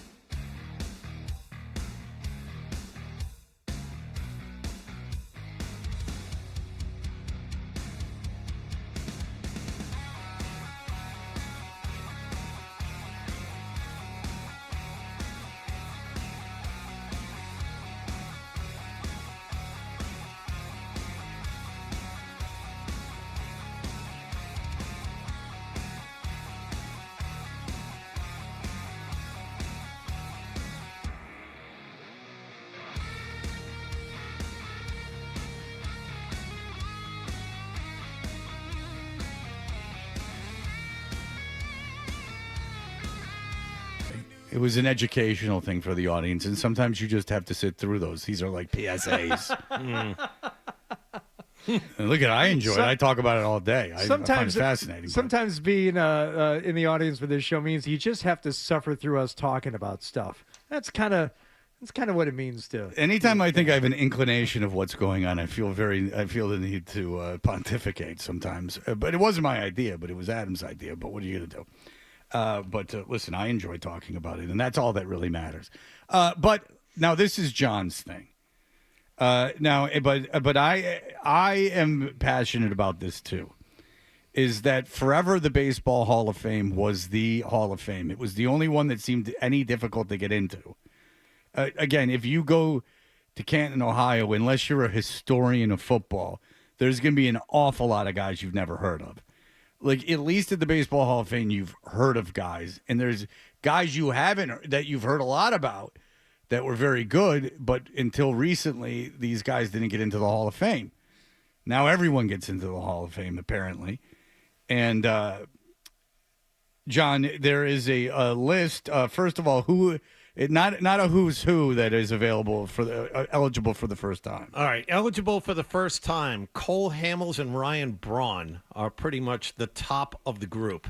Other than that, there's a lot of Nick Markakis, Hunter Pence. Yeah, the rest are ridiculous. Awful. Now, Ryan Braun at one point seemed like he could be in that conversation. There is a clear line, if you look at Braun's career numbers, there is a clear line before he got popped for PEDs and after he got popped. Yeah, for before PEDs. he got popped, he was undoubtedly on his way. 5 straight All-Star appearances. He was a regular 30-30 guy. He had Hall of Fame numbers, and then he fell apart completely. So none of those guys are making the Hall of Fame. Right.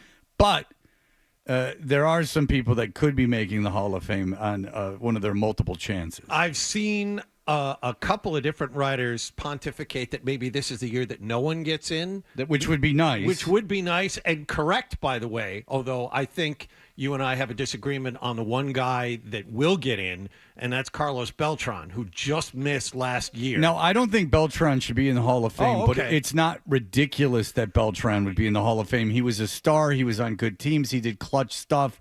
He's really, really good, but I don't think he's Hall of Famer. I don't think he's a Hall of Famer either. All right. But there's guys worse than him in the Hall of Fame. Yes. Bert Blyleven.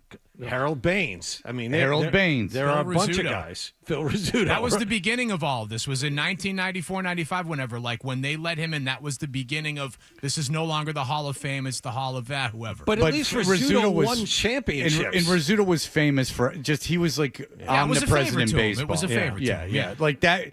And that was so long after he played that's like, it's when they're eligible to be voted in by the writers where it's like truly offensive. Because we've talked about this for years, is that the Hall of Fame, and I truly believe this, just should be, you look at the list of guys and you go, yes, no. You should know within 2 seconds. There should be no deep dive into stats. There should be no deep. Bert Blyleven wasn't the number one pitcher on the best teams that he was on.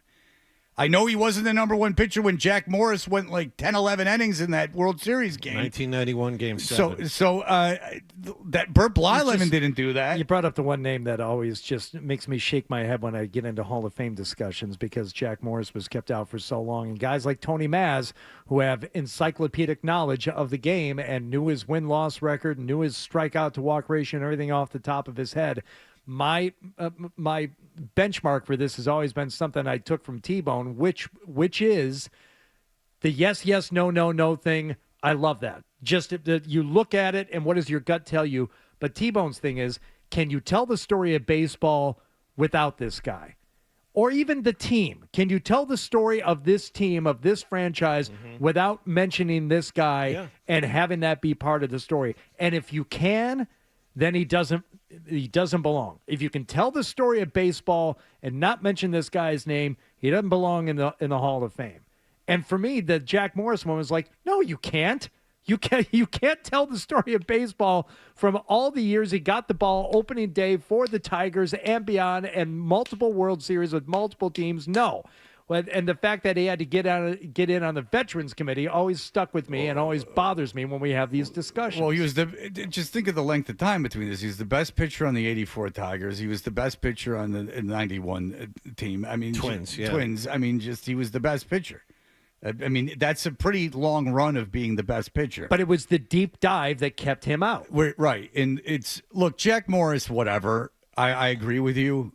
Like, you're letting Burt Blyleven on that was on the same team and wasn't as good as Jack Morris. Right. Like, Burt Blyleven was the one where, like, I threw my hands in the air and I'm like, what do you want? Well, look, he played for a really long time and he consistently did it. Yeah, but he wasn't a star.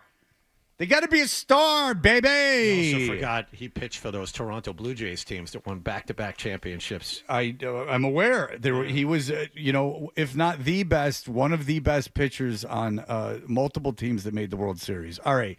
So who could get in this year, Jonathan? We don't have much time. Well, that's just it. It would be Beltran or Andrew Jones. Those are the two that. Let me tell you missed. this right now. I was in Atlanta for a good chunk of Andrew Jones' time there. He was a non-factor. Andrew Jones was nothing on that team. Comparatively to the Hall of Famers that were on that team, Andrew Jones wasn't. Come on. Chipper Jones, Maddox, Glavine, Smoltz, get out of here. Jones was an elite defensive player, but not like a great center fielder. I remember when he was 18, he was jumping over walls in the World Series, but no, he was not even close. No. Next year and the year after that, you got two guys that will get in. You look at and go, yes. Buster Posey is next year, and then 2 years from now, it's Pujols. So I don't know about Pujols. So you have two guys right there. I wouldn't be I don't want him in unanimously. That's where I got to put my foot down. The greatest right-handed hitter of all time. All right, caller number 10 to the contest line 617-931-0985 will score a pair of tickets to see Weird Al Yankovic, Bigger and Weirder 2026 tour, coming to the TD Garden on July 18th. Tickets go on sale Friday at 10 a.m. at Ticketmaster.com. We'll be right back. You're listening.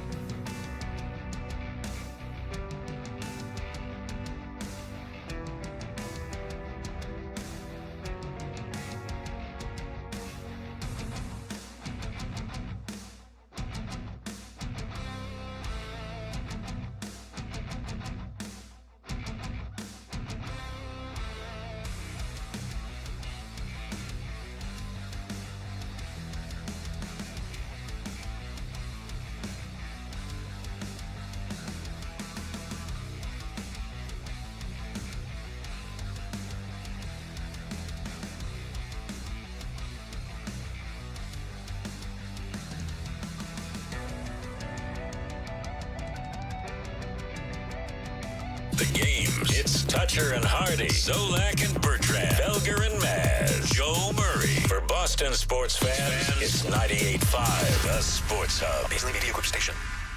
Essential Sports Hub headline presented by Celsius Energy Drinks. Bruins lost out in Anaheim last night 4-3 to start their 4-game road trip. Morgan Geekie scored twice, but he and the Bruins had to find their way back from a 3-1 deficit late in the second period just to tie the game. A little bit up and down, but, it's just one of those things where I felt like kind of the same thing happened when we played these guys last time, just let it slip away in the third. And, I think we start getting back on our heels a little bit, even after, a good start to the third period. But, yeah, I liked our game for the most part, but, those little opportunities, other teams are going to take advantage, and they did those tonight. Anaheim got the game winner from defenseman Ian Moore with 3:35 to go. Bruins' next game is in L.A. against the Kings tomorrow night. Charlie McAvoy underwent what was termed facial surgery yesterday by Marco Sturm.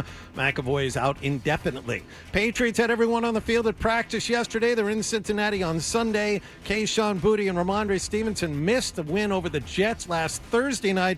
Boutte was a full participant in practice yesterday. Stevenson was limited. Bengals Joe Burrow a full participant at their practice, and Joe Flacco was limited. Austin Hooper practiced with a red non-contact jersey as he returns from a concussion. Stephon Diggs told the media yesterday he's been playing with a broken finger for the last couple of weeks. And the Cleveland Browns announced yesterday Shedeur Sanders will be their starting quarterback this Sunday in Las Vegas. Dylan Gabriel remains in concussion protocol. Sports Hub headlines are brought to you by Service Credit Union. They're teaming with Charlie McAvoy for 73 reasons to provide funding and health screens for first responders. Learn more at servicecu.org/73. I'm John Wallach on Boston's Home for Sports, 98.5 The Sports Hub. Your next update at 8:30. Mays under center, off set on. Drake May.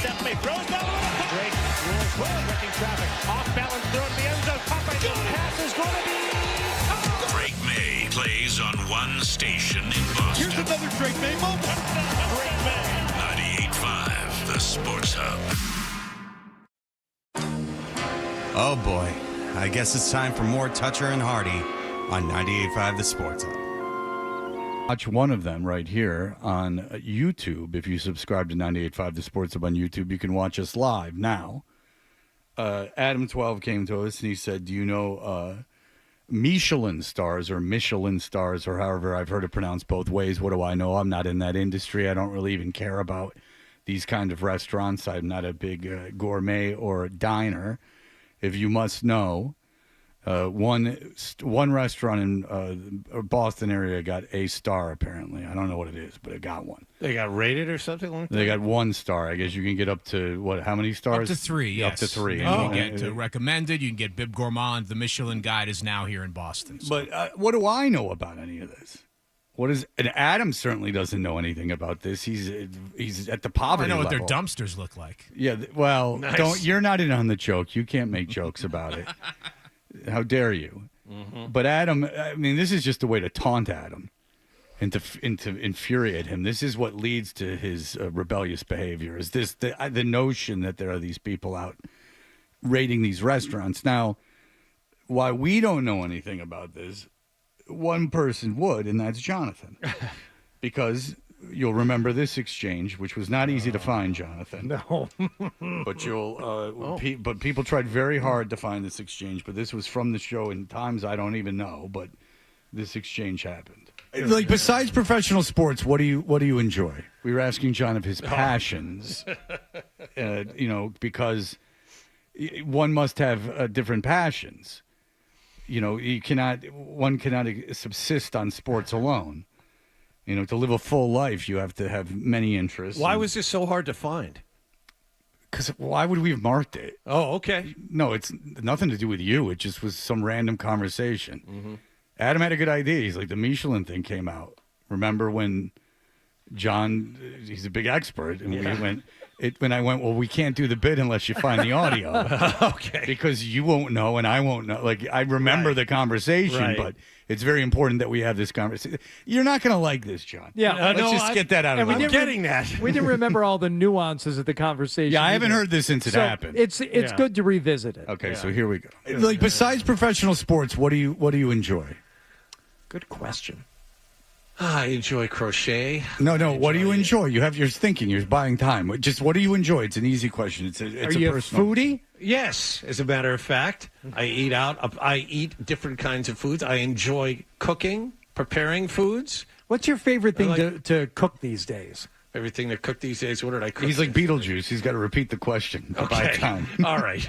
I cook 5,000 things. Who, me? Just hanging around. Yes. What do I cook? Me? Nothing. Nothing. I don't cook. Not a great cook, but I do cook. Okay, you said you not enjoy dishes, and you say you like. You name cooking as your second favorite thing in the world other than sports. Second favorite. No, so it's what the is first it? thing I thought of. So what's the last thing that we impressed? Oh, John cooked that. What'd you cook? John cooked shrimp scampi a few nights ago. Okay. So that's butter and garlic and shrimp. Have you made it recently? Yes. You had? Oh, yeah, absolutely. Okay. Yeah, that's something I can easily make. Okay, great. And it's something that idiot kids will eat because it's got garlic and butter. I didn't say it was Michelin rated. No, but you said it was a passion of yours. I didn't usually say passion. Do you enjoy like culinary adventures? Like what restaurants? Fine dining or No. you out of the way places? No, I do not. Why don't you give me one restaurant recommendation, someplace off the beaten path. I have not been to a good The restaurant. problem in a is very you long time. said, "Are you a foodie?" So he just agreed with it. No. All right. So John was put on the spot. He had to say something he liked. John said, no. Actually, John, It's are a you a personal- foodie? Yes, as a matter of fact. Right. Yeah. He was You're right, so I'm not gonna desperate. like this at all. I'm not going to like that. How much time before we break? This is Oh, 9. no. Long way to go. We got a lot of time here. Oh, good. 9. We have 9 minutes. Okay. All right. So John, what's sad is that John, like, he's like acting like it was a hard question. It's like, what else do you like? It's just you can only answer that. That's it. It could be anything. And look, I don't have stuff. I wish I had more passions, but I could easily say like documentaries, or I like to read. Like, there's just something like that. Like, you couldn't think of anything, but you are a self-described foodie. This is not going to be that painful, John. So there's not going to be a lot asked of you. But we're just curious if you can get through this exercise. Okay. I'm not going to ask you about these restaurants because I don't know about them and you don't know about them. I've been to Neptune Oyster. That's the one I think I've been to. I don't, in Thistle and Leaks by where I live, but I've never been there. So suffice it to say, you're not going to be put on the spot to know anything about these restaurants. But as a foodie, yes, you should know at least what they serve. Now, I'll give you the menu item. All right. And you just tell me any ingredient in it. Okay. Like the main ingredient. Like, so if it says spaghetti in it, you can't say spaghetti because Sure. there's something about the spaghetti that's the main ingredient. Adam can say spaghetti because at a spaghetti dinner, it's quite literally spaghetti at the church that he gets it from. See, I made fun of him, too, to take a little of the onus off you. These are all little gestures I make, John, that you don't appreciate. You know what? I appreciate that. Yeah, Thank you. I gave Adam a little shot, too. Okay. And a little shot at myself. I don't go to any of these restaurants. I'm boring. All right, here we go. The Fox and the Knife, which you're obviously very familiar with. Right. In Southie, which you go to all the time, is known for their spaghetti con vongole. I will spell that Vongole. Could be Vongole. Yeah, I don't know, but I'm not a foodie. Now, spaghetti con, that means spaghetti with, I'm guessing. Right. I would agree. What is a vongole or vongole or whatever the hell it is? Vongole? All right, I'm going to guess. Vongole. Vongole. Bob Bronson, the great Italian. Sorry, Bob. Is your name like some Italian name that you made Bronson? Are you kidding? I was born Bob Bronson. Okay, good. No, you weren't. I was going to call you a hack, You were Bob not Bronson from born- WRLR. Bronson. Bob Bronson, a friend of mine. Play golf with him. Thank you for coming in. Bob. Actual friends. Actual friends, like peers. That's pretty rare. All right, here we go. What is whatever he just pronounced it as? Vongole. I'll say red wine is a part of that. Are It's a you a personal- foodie? Yes. As a matter of fact. Is John right? No, it's clams. Oh, Darn. The dish features saffron, clams, and tomato butter. I don't know if vongole is clams, but clams is in it. Okay. All right, here we go. Cambridge, where you go all the time because you are a graduate of Harvard. Right. And not in the Epstein files, which makes you someone a little odd there. I can't even pronounce this restaurant. Sumaya, Sumiao, Hunan Kitchen. Okay. Is a bib gourmand, which means something. What is Hunan cuisine known for? Oh, I know this. Hunan. What is Hunan cuisine known for? I actually know this. I know this as a non-foodie. Well, you got to let him remember, make him remember he's a foodie. Yeah. I mean, while he's thinking. Are you a foodie? Yes. As a matter of fact, John cooks shrimp scampi. I do cook. Well, he thinks. Just remind him. 10 seconds. Noodle bowl. John cook. John cook shrimp scampi. 10 seconds up, John. I said noodle bowl is what I said. You think cuisine? The Hunan cuisine is known for just noodle bowls? No, not just. Hunan cuisine wouldn't be just known for noodle bowls. That's in a lot of cultures. Okay. Asian and European culture. You're sure you're going to go, you're sticking with that. You wouldn't take a more Hunan. It's called Hunan. It's obviously an Asian cuisine. Hunan. Yes. Are you a foodie? Yes. As a matter of fact. I do cook. Just keep playing. Mongolian beef. That is my guess. I eat out. I eat different kinds of foods. I enjoy cooking, preparing foods. This one's sad, dude, because this is at every Chinese restaurant. It's hot and spicy flavors. If you get like Hunan chicken. Okay. Jesus, you said you were a foodie. Come on, Jonathan. Are you a foodie? I knew that. Yes. As a matter of fact. One of the questions is recommended restaurant Thistle and Leek in Newton Center. Has Fred dined there? No. I've walked past it with my dog several times, but I've not walked by. I've not gone in there. If they would like to offer me a free meal and VIP treatment, I will consider the notion. Okay, here we go, John. Okay. Does recommended restaurant Neptune Oyster, where I have dined, in the North End, offer shrimp scampi? Mm-hmm. John cooks shrimp scampi. Yeah, keep playing them. I eat out. Where's the question? Different kinds of foods. Yes. Neptune Oyster. Do they offer your signature dish? Yes, they do. Scampi? Yes, they do. No. No, they offer shrimp and grits, though. Have you ever made that? Okay. What are grits, John? Keep playing as long as he's thinking. John cooks shrimp scampi. Are you a foodie? Yes. Kind of a matter of fact. I do cook.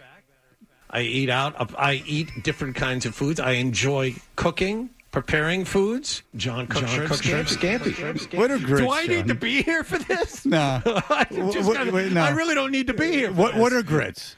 Grits are. You know what? I'm not positive. It's like a white, non-tasting cook thing on the side that aren't exactly mashed potatoes.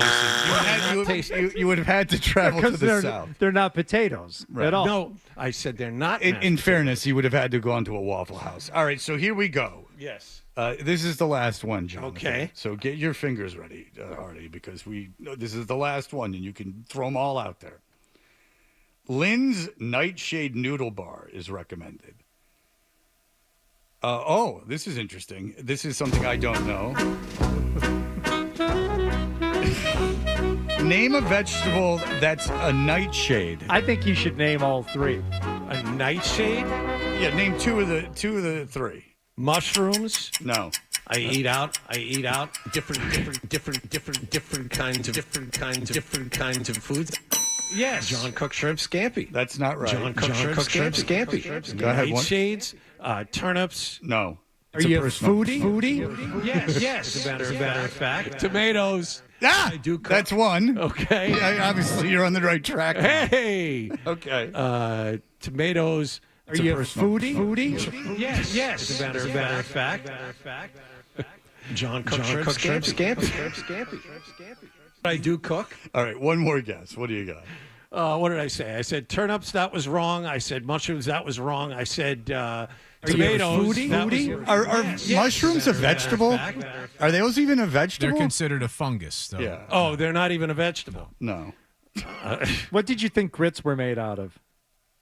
I had no idea what grits were made out of. Let's talk about cheese. Oh, okay. What's the one thing that you mentioned that was not actually? Grits are not potatoes. That's right. That is a nightshade. Okay, nightshades are potatoes. Okay. John Shrimp Scampi. John, have you reconsidered what your passions are? Yes, I have. I eat out. I eat different kinds of foods. I enjoy cooking, preparing foods. How long have you been sitting on all of this? Or did this just all just come to you? No, it all just came to us. Okay. No, it was hard to find. It was not something that any of us remembered when it occurred. It wasn't something that we had marked down.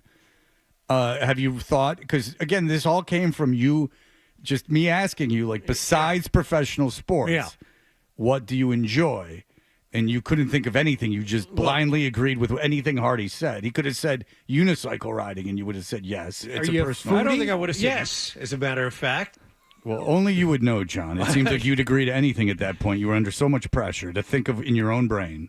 Go ahead. I do. John Shrimp Scampi. I don't need to be here. I don't need to be here. Well, that's every day. Oh, okay. Hello. Okay. Hello. Yes. Hello. Check, please. Have you thought about what you would like? Now it's my turn. Yeah, Okay. yes. It's your turn. Ignore him.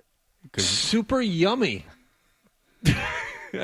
Lately, you'd appreciate this, Hardy. I've been rereading a lot of my old Spencer books. I read Lee Child. I read Reacher books as well. You are an idiot. Well, why am I an idiot for doing that? Rereading bad mystery novels is I your hobby? enjoy the writing of Robert B. Parker. There's nothing wrong with that. My father enjoys it too, but I'm not positive he's going back after all the literature ever written. I mean, once you've read all of them, I read a lot of them, but I read all of them. I read a lot of them once. The rest of my life is dedicated, however boring this is, to watching Boston sports in the evening, taking my kids here, there, and everywhere. I mean, that takes up a lot. Yes. As a matter of fact, that takes up a lot of my time. So as far as passions go, nothing. You're up to date on the news, though, like political news and world news. Not as much as you. Oh, you're pretty up to date on it, John. You have well-formed opinions on it. I do, but I mean, you have your. No. I'm impressed with your. I'm not being sarcastic. I'm impressed with your opinion. So you do have other interests. I'm fascinated. You're not a mentally deficient person. I'm just fascinated that you can't say what you like. That's what fascinates me. I'm actually complimenting you. You can have a conversation with you. Yes. I just don't know why you can't think about what you like. I don't like many things, but I can tell you a bunch of them off the top of my head that I like. He likes. Warm chocolate chip cookies. No, I don't care for that. I do like playing golf, not as much as All him. right, there you go. It's not a competition. I do like listening to 80s music. Okay, there you go. Fantastic. These are things. You didn't have to say food. You're not giving yourself enough credit, is my problem. Okay. Be real as a theory. About your lack of knowledge of food, even though you said you were a foodie and you know nothing about food. Super yummy. He said, to be fair, John enjoys things like burgers and patties because they're usually between two buns. Big buns. All right, very good. Thank you, Jonathan. We've established that you did lie and just agreed to the first thing that was said. Not a good witness in court, you would be, Jonathan. Oh, terrible. And when you don't give yourself enough credit, John. Okay. You don't give yourself enough credit. You have a lot of knowledge. Thank you. And varied interests. There's no one that knows, and this is going to sound sarcastic, but it's not. There's no one that knows more about 90210 than you, which means that during that time of your life, you were interested in something that was in the zeitgeist. Hooray. And that's how we'll end this segment. Dave, are you a foodie? Yes. All right. I like how that went. You're right. I didn't need to be here for this. No, you really didn't. You guys had enough fun at my expense without me being here. But if you weren't here, it would have been cruel. Because we've been saying it behind your back. Since you were here, it was 20 minutes. It was a nice thing. You're welcome. I've been nothing but nice. I've defended John. It feels like I am talking to my kids when they were 7, and I'm trying to instill confidence in them. You're not giving yourself enough credit. All right. We will be back in just a moment with the great Dave Richard. Toucher and Hardy.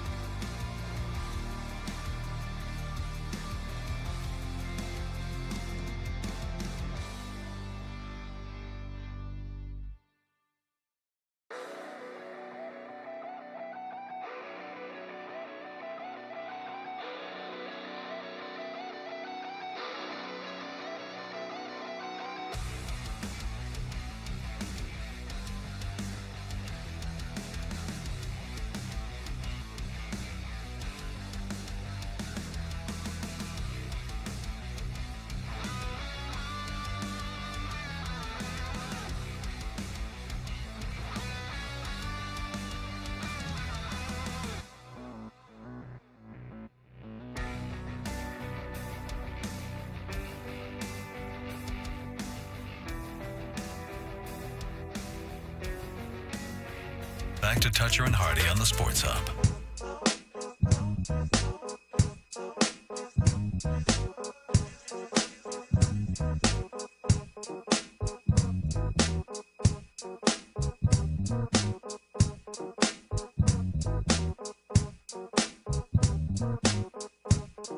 Hey, it's one of our favorite segments of the week. Our good friend Dave Richard, who's the longest-running guest of this radio program, is the fantasy football guru at CBS Sports. You can find him on socials at Dave Richard, live on YouTube every morning by searching for Fantasy Football Today and 3 times per week on Fantasy Football Today on the CBS Sports Network. Hi, Dave. Good morning, everybody. How did we do in fantasy last week? I was with a bare bones crew, and I should have won, but I lost at the last minute. Are you a baseball fan at all? I root blindly for the Chicago White Sox. Okay, good for you. Well, no, that means he's a good. I like anyone in Chicago that likes the White Sox. I like, okay, because that means they're not a stupid Cubs fan. All 5,000 of us. But well, that could be the case. But hey, look, they could pack the thing out if they're good enough. They won a World Series 20 But I'm years ago. arguing with a friend of mine about Bert Blyleven, and I say Blyleven should have never been in the Hall of Fame. He's like, he's got a 94.5 WAR, which is 38th all time. But then I'm looking at it, and like, I don't understand, because like way, way, way down the list are guys like Biggio and Gossage and Duke Snyder. Jackie Robinson is 151st. Bob Feller is 157th. You know what I'm saying? Like, no. Mark McGuire is 171st. Like, Mark McGuire is better than Bert Blyleven. I don't get this. Yeah. So that means WAR is an imperfect stat, correct? We all have to agree, even if you don't follow baseball. Yeah. By if you look at it, it's an estimation of how well you are, how good you are compared to the average baseball player. Wins above replacement. Is right. what it That's stands how for. I understood it. But there's no way Blyleven was that much better than these all-time greats. Well, the thing is, you pad your stats by being around forever. That was Blyleven too. Right. So there you go. All right. I just thought it was interesting. Happy to help contribute to the conversation. Shut up. Football is much different. Ichiro, 60 WAR. He's 196th. Ichiro's best player, one of the best players last. Vladimir Guerrero, 59 WAR. Yeah. Yogi Berra, 59 WAR. Let's just do this the whole segment. Everyone loves it. So, I have actual fantasy football questions for No. Dave. I do. Okay. Dave, based on your worry meter from earlier in the week, where are you on Lamar Jackson right now? I am a little worried because I don't think he's 100% healthy. I think his offensive line is making him a little jittery in the pocket, and I can't help myself. I'm still going to start him in fantasy, but I don't know if he's necessarily like a top type of – I guess he is this week. Like, we could call him a top 5-ish type of fantasy quarterback this week because he's taking on the Jets. It should be a good matchup, but I worry quite a bit about just how dominant he could be. You know, he started the year with all those 30-point games. Not sure how many of those he has left. This week could be one of them. By the way, last one, David Ortiz, 257th on the all-time WAR list. Yes. Bert Blyleven's better than David Ortiz? No, he's not. I'm done. Even he's not better. Okay, Dave.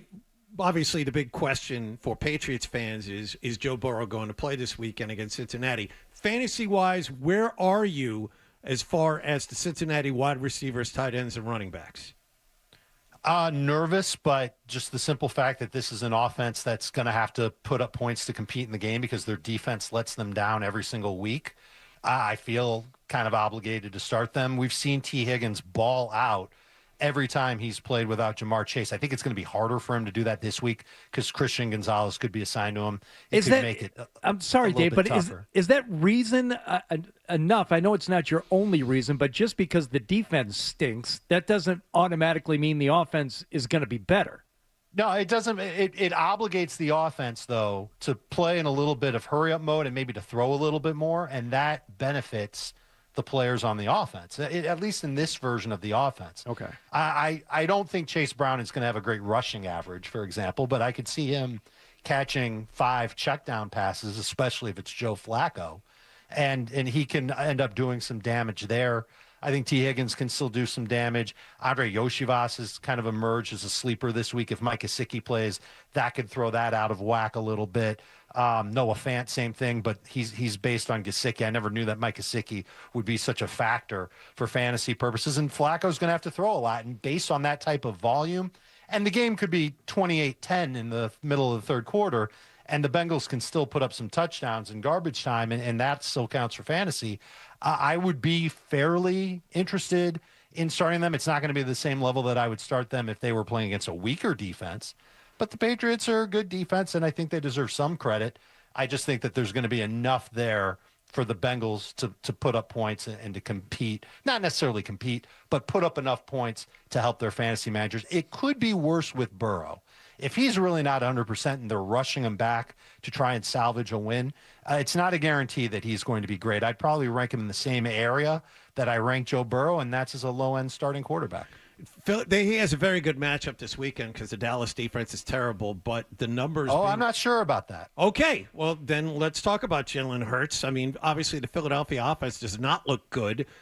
Despite the fact they keep targeting A.J. Brown, he hasn't had that breakout year. So where are you with the Philadelphia offense and more specifically Hurts? I'm nervous about them. And it's been multiple weeks now for Jalen Hurts. And there's something I think – I don't know if I can pinpoint what's on or what's wrong between him and A.J. Brown.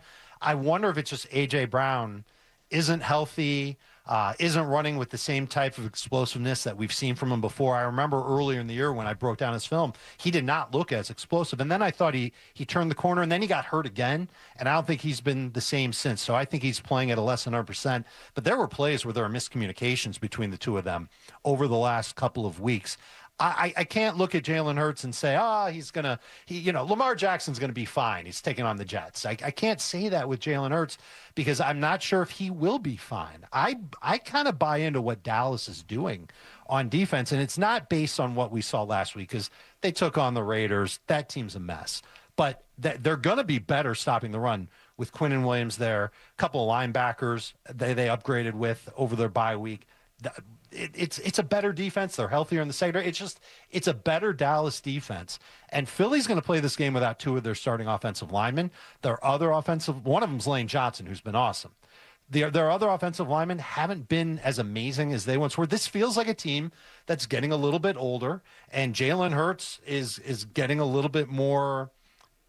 Is disheveled the word? Frantic the word? I'm not quite sure what the word is. Maybe less confident because of all these changes that are happening there. And I'm kind of nervous about Philadelphia putting up a lot of points in this game. I think Saquon looks the same, but I think that the offensive line isn't doing the same type of job for him. And I think Dallas's run defense is actually going to be pretty good. It wouldn't surprise me if the Cowboys actually won this game. And I think it's going to be a low-scoring game because both of these defenses, I think, are going to end up being pretty good. But at least we've seen it with Philadelphia, that their defense is outstanding. Listen to this trade that was offered to me. Justin Herbert, the guy wanted to send me Justin Herbert for Rico Dowdle. Yeah, I don't know what that guy's smoking. Yeah, I turned it down. I turned it right down. Well, that's very good of you. Thank you. Thank you. Is there any receiver that you like this week that could be popping and running around like crazy? We did talk about Michael Wilson last week, right? I got Michael Wilson. I got him. Awesome. Hell yes. And start him again. I mentioned Yoshivas is somebody that could end up being pretty good. It's very hard to spell though. Yoshivas. Yeah. I don't know where to go with that. But how do you spell Foodie, spell Yoshivas? Yeah. IOSIVAS. Oh, okay. That's Yoshivas? That's Yoshivas. IOSIVAS. Yeah. I can't. He ain't available. But whatever. Yeah. Just call him Mr. I. Whatever you want to call him. All right. But he's a potential flex this week. Two go. Keyshawn Boutte, if he's back for the Patriots, look, their matchup against Cincinnati. We can talk. There's nothing to talk about the Bengals defense. They are rough. They are beat up. There's not going to be any pressure on Drake May. Drake May is a top 2 quarterback for me this week. I think he's going to have a monster. What about game. Mac Hollins in terms of that team? I think they could both end up doing okay, but Boutte is the one that I would rather put in my lineup just for that boom bust appeal. What about Mac Hollins versus Darius Slayton? I don't know if Slayton's going to play, and I don't love his matchup. So in that case, I'd probably go with Mac Hollins. Yeah. Greg Dortch might be out there on your waiver wire.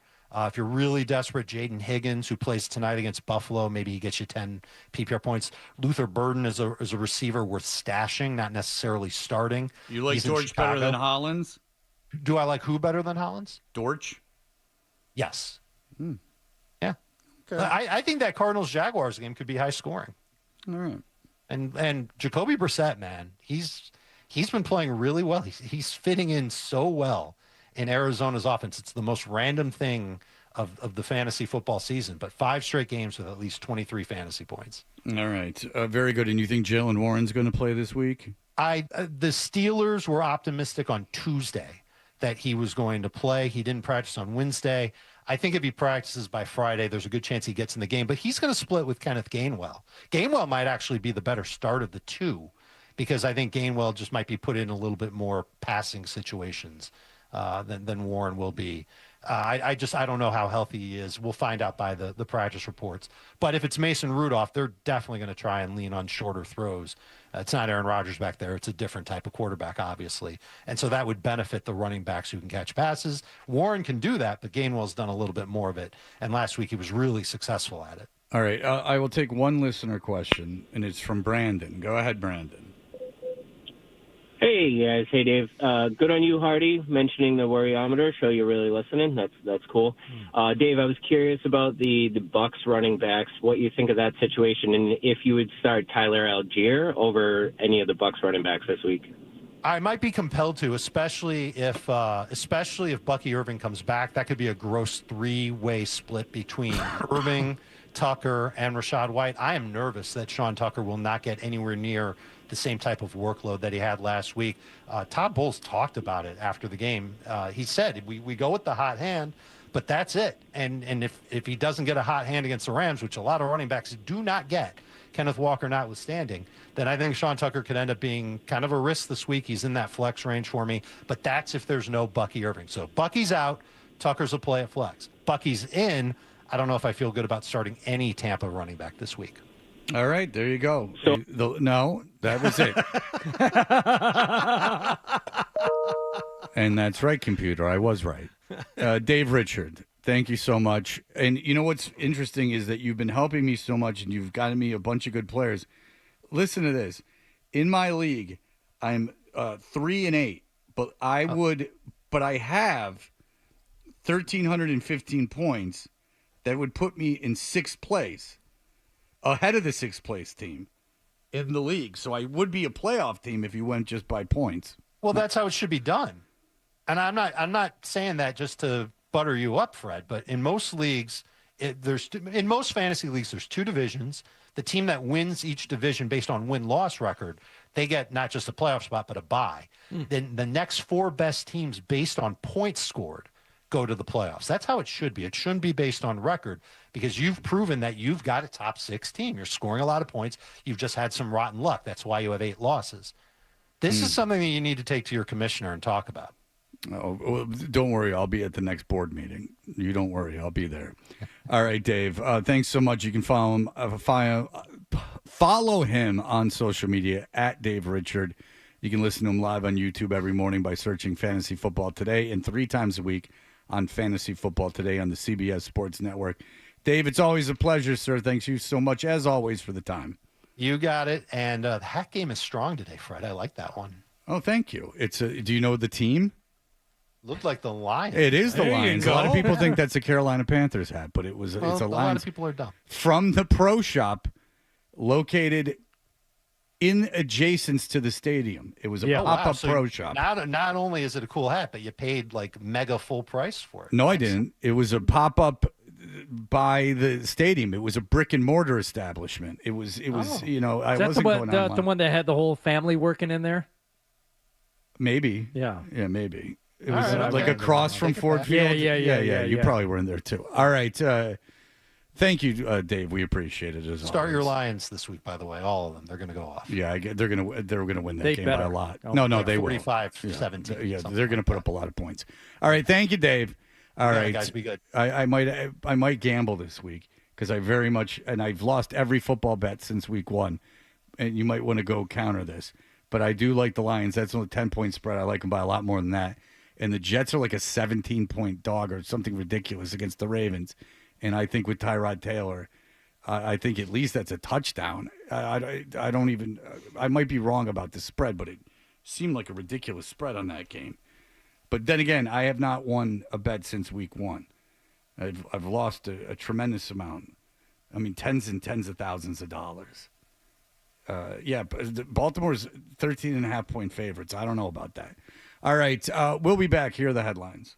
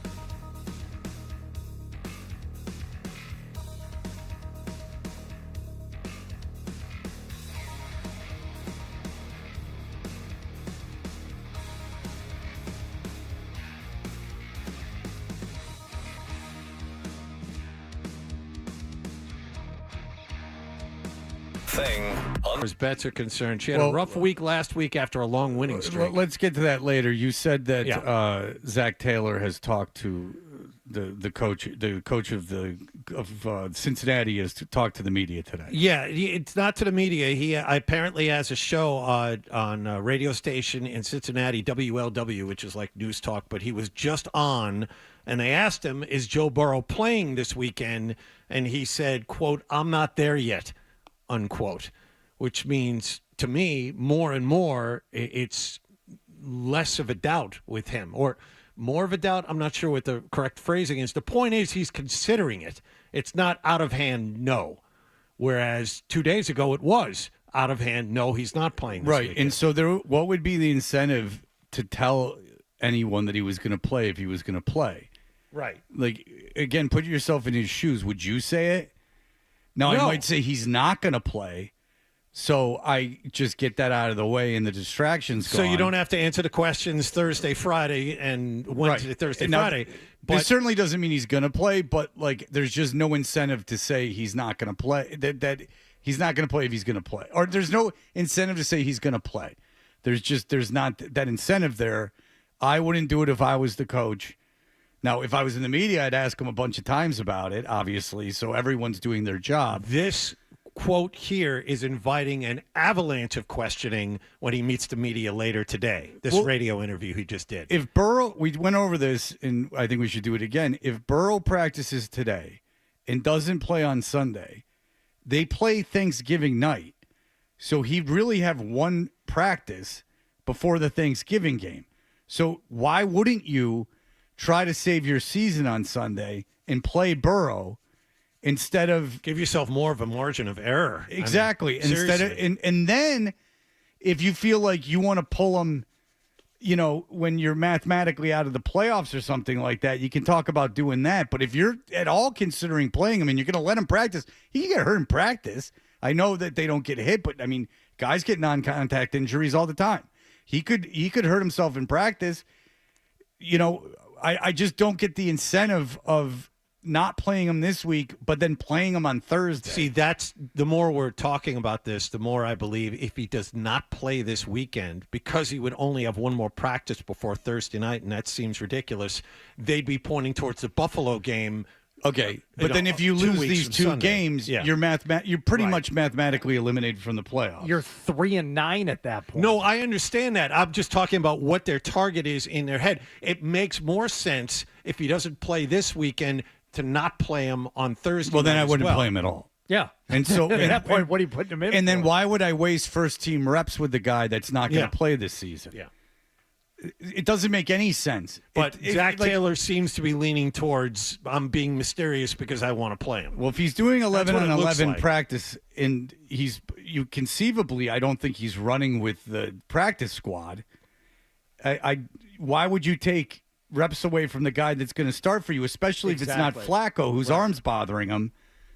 Then they have another backup who was a career backup, but I mean, I don't guess he's had many reps with the first team, and they don't love him because they traded for Flacco. But that's just it. He started a lot of games for them last year when Burrow got hurt again, and he was good.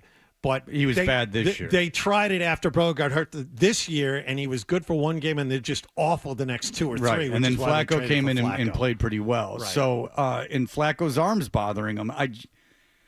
Look, what do I know? But logically, it doesn't make a lot of sense to practice him this week and not play him. Because if you lose this week, it's kind of over. Right? Yes. So yeah, you and then there's if a you short lose this week, you literally have to run the table to get in. And then there's just the one practice. So it's not even like there's a week of recovery after this week. Like you're giving him this big ramp up. You're not. So I hope he plays. I mean, it's a much more interesting game. I still think that the Patriots win, obviously. That doesn't fix the Cincinnati defense. Just interesting to see Joe Burrow out there, and just interesting. A shootout would be interesting if Burrow, I know, Chase isn't playing, but it's still, he's capable. He's one of the best quarterbacks in football. He's capable of putting up a lot of points. I mean, it would be at least a little bit of a test for the Patriots. And you can't dismiss a win in Cincinnati against a comeback game for Joe Burrow in Cincinnati. That crowd's invested, the team's invested. Yeah. That makes it a much more compelling matchup. Right. In a matchup, the Patriots should still win. And for anyone who's wringing their hands at the softness of the Patriots' schedule and worrying that they haven't played anyone outside of Buffalo and maybe Tampa, okay, if you get a chance to play Joe Burrow in Cincinnati with all this juice added into it, then yeah, that counts, and get the win on top of it. That counts for more than going in there and beating Flacco. Oh, absolutely. The Bengals with Burrow that was not a soft game on your schedule. Going to Cincinnati with Burrow was not considered a soft spot, regardless of their defense. That's not fair. I'm with Hardy. That's you're putting too many qualifiers on it. The Bengals with Burrow at home. You should win that game based on how you've played, but before the season, that was not considered. And no one thought their defense was going to be good before the season. But that and players get hurt. Look, Chase spat on a guy he's not playing. But, this deep into the season, you're missing guys too. You're missing your second best defensive player. So, injuries happen. So it makes it a much more compelling game. I'm very excited if he plays in that game. A pretty good one. There's some good 1 o'clock games, including Colts-Chiefs, which is a playoff game for the Chiefs. And that's a big slap it on the table game for the Colts. If they win that game, now all of a sudden, everything's upside down because now the Colts are very real. Kansas City might not make the playoffs, like a 50-50, maybe more chance that they're not going to make the playoffs. Colts 3.5-point dogs in that one. Because you gotta like Kansas City in that game, but who knows? And so they had everything on the line last week and they lost. Exactly. The Colts go in there and win. Now everything's flipped upside down because if and then Denver, and jokes aside with the Denver stuff, but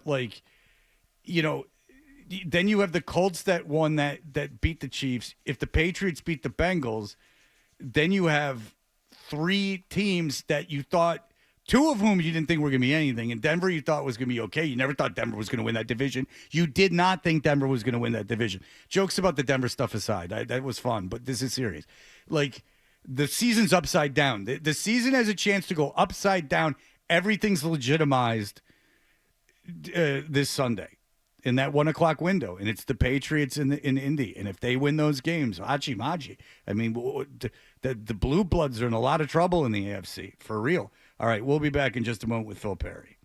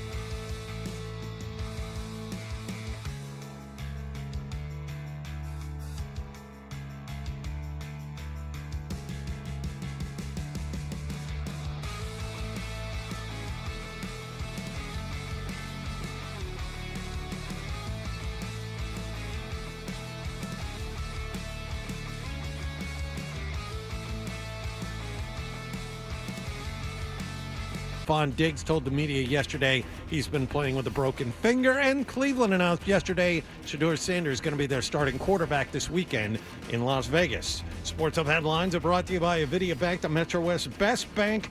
Work with a community bank that goes above and beyond for their customers and their community. Honest to goodness. Member FDIC, member DIF. I'm John Wallach on Boston's Home for Sports, 98.5 The Sports Hub. Your next update at 9:30. And he scores! What a blast by Pastrnak! The Bruins play here. Toucher and Hardy. Such an fantastic explosion. 98.5 The Sports Hub. Are you a foodie? Yes. Yes. As a matter of fact. I don't know if the audience enjoyed that, but I very much did. I'm fascinated that you just went with what No. All right, Phil Perry. Are you a foodie? Yes, as a matter of fact. And then he just said, I never said that. You should go into pop. I do cook. Phil Perry covers the Patriots for NBC Sports Boston. Hi, Phil. Okay, Morning. so I enjoyed that, by the way. On my thank ride you, in. thank Yeah. you. Oh, good. I Had a good appreciate that. laugh. I enjoyed that myself. All right, so here's the deal: is that a little bit of juice. Joe Burrow practiced yesterday, and the audio that I said to wait on as I wanted to set it up is Zach Taylor, coach of the Cincinnati Bengals, two-time coach of the year, job in jeopardy, you would think, was asked on the Racial Slur Guys show, Tom Brenneman.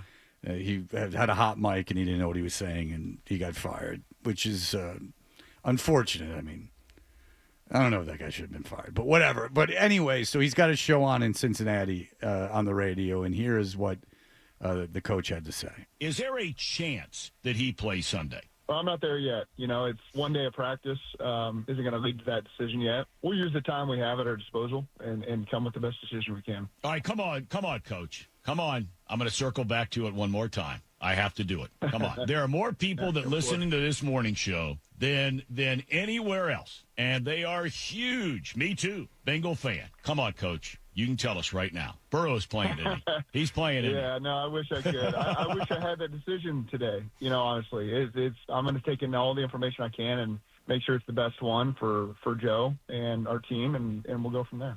Okay, so Phil, you hear that, and what is your thoughts? My thoughts are that's not a no. So the possibility is still very real.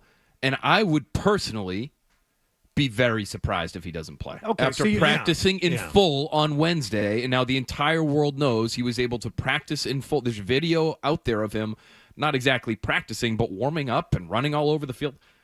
It looks like he's moving fine. I don't think you can do that and then tell your players and your fan base, actually, no, not yet. I know the season sucked. We're going to rest him another week. The locker room is something that Fred brought up first, and then I reiterated it. You know, the fan base and, you know, this and that and what it means for the schedule.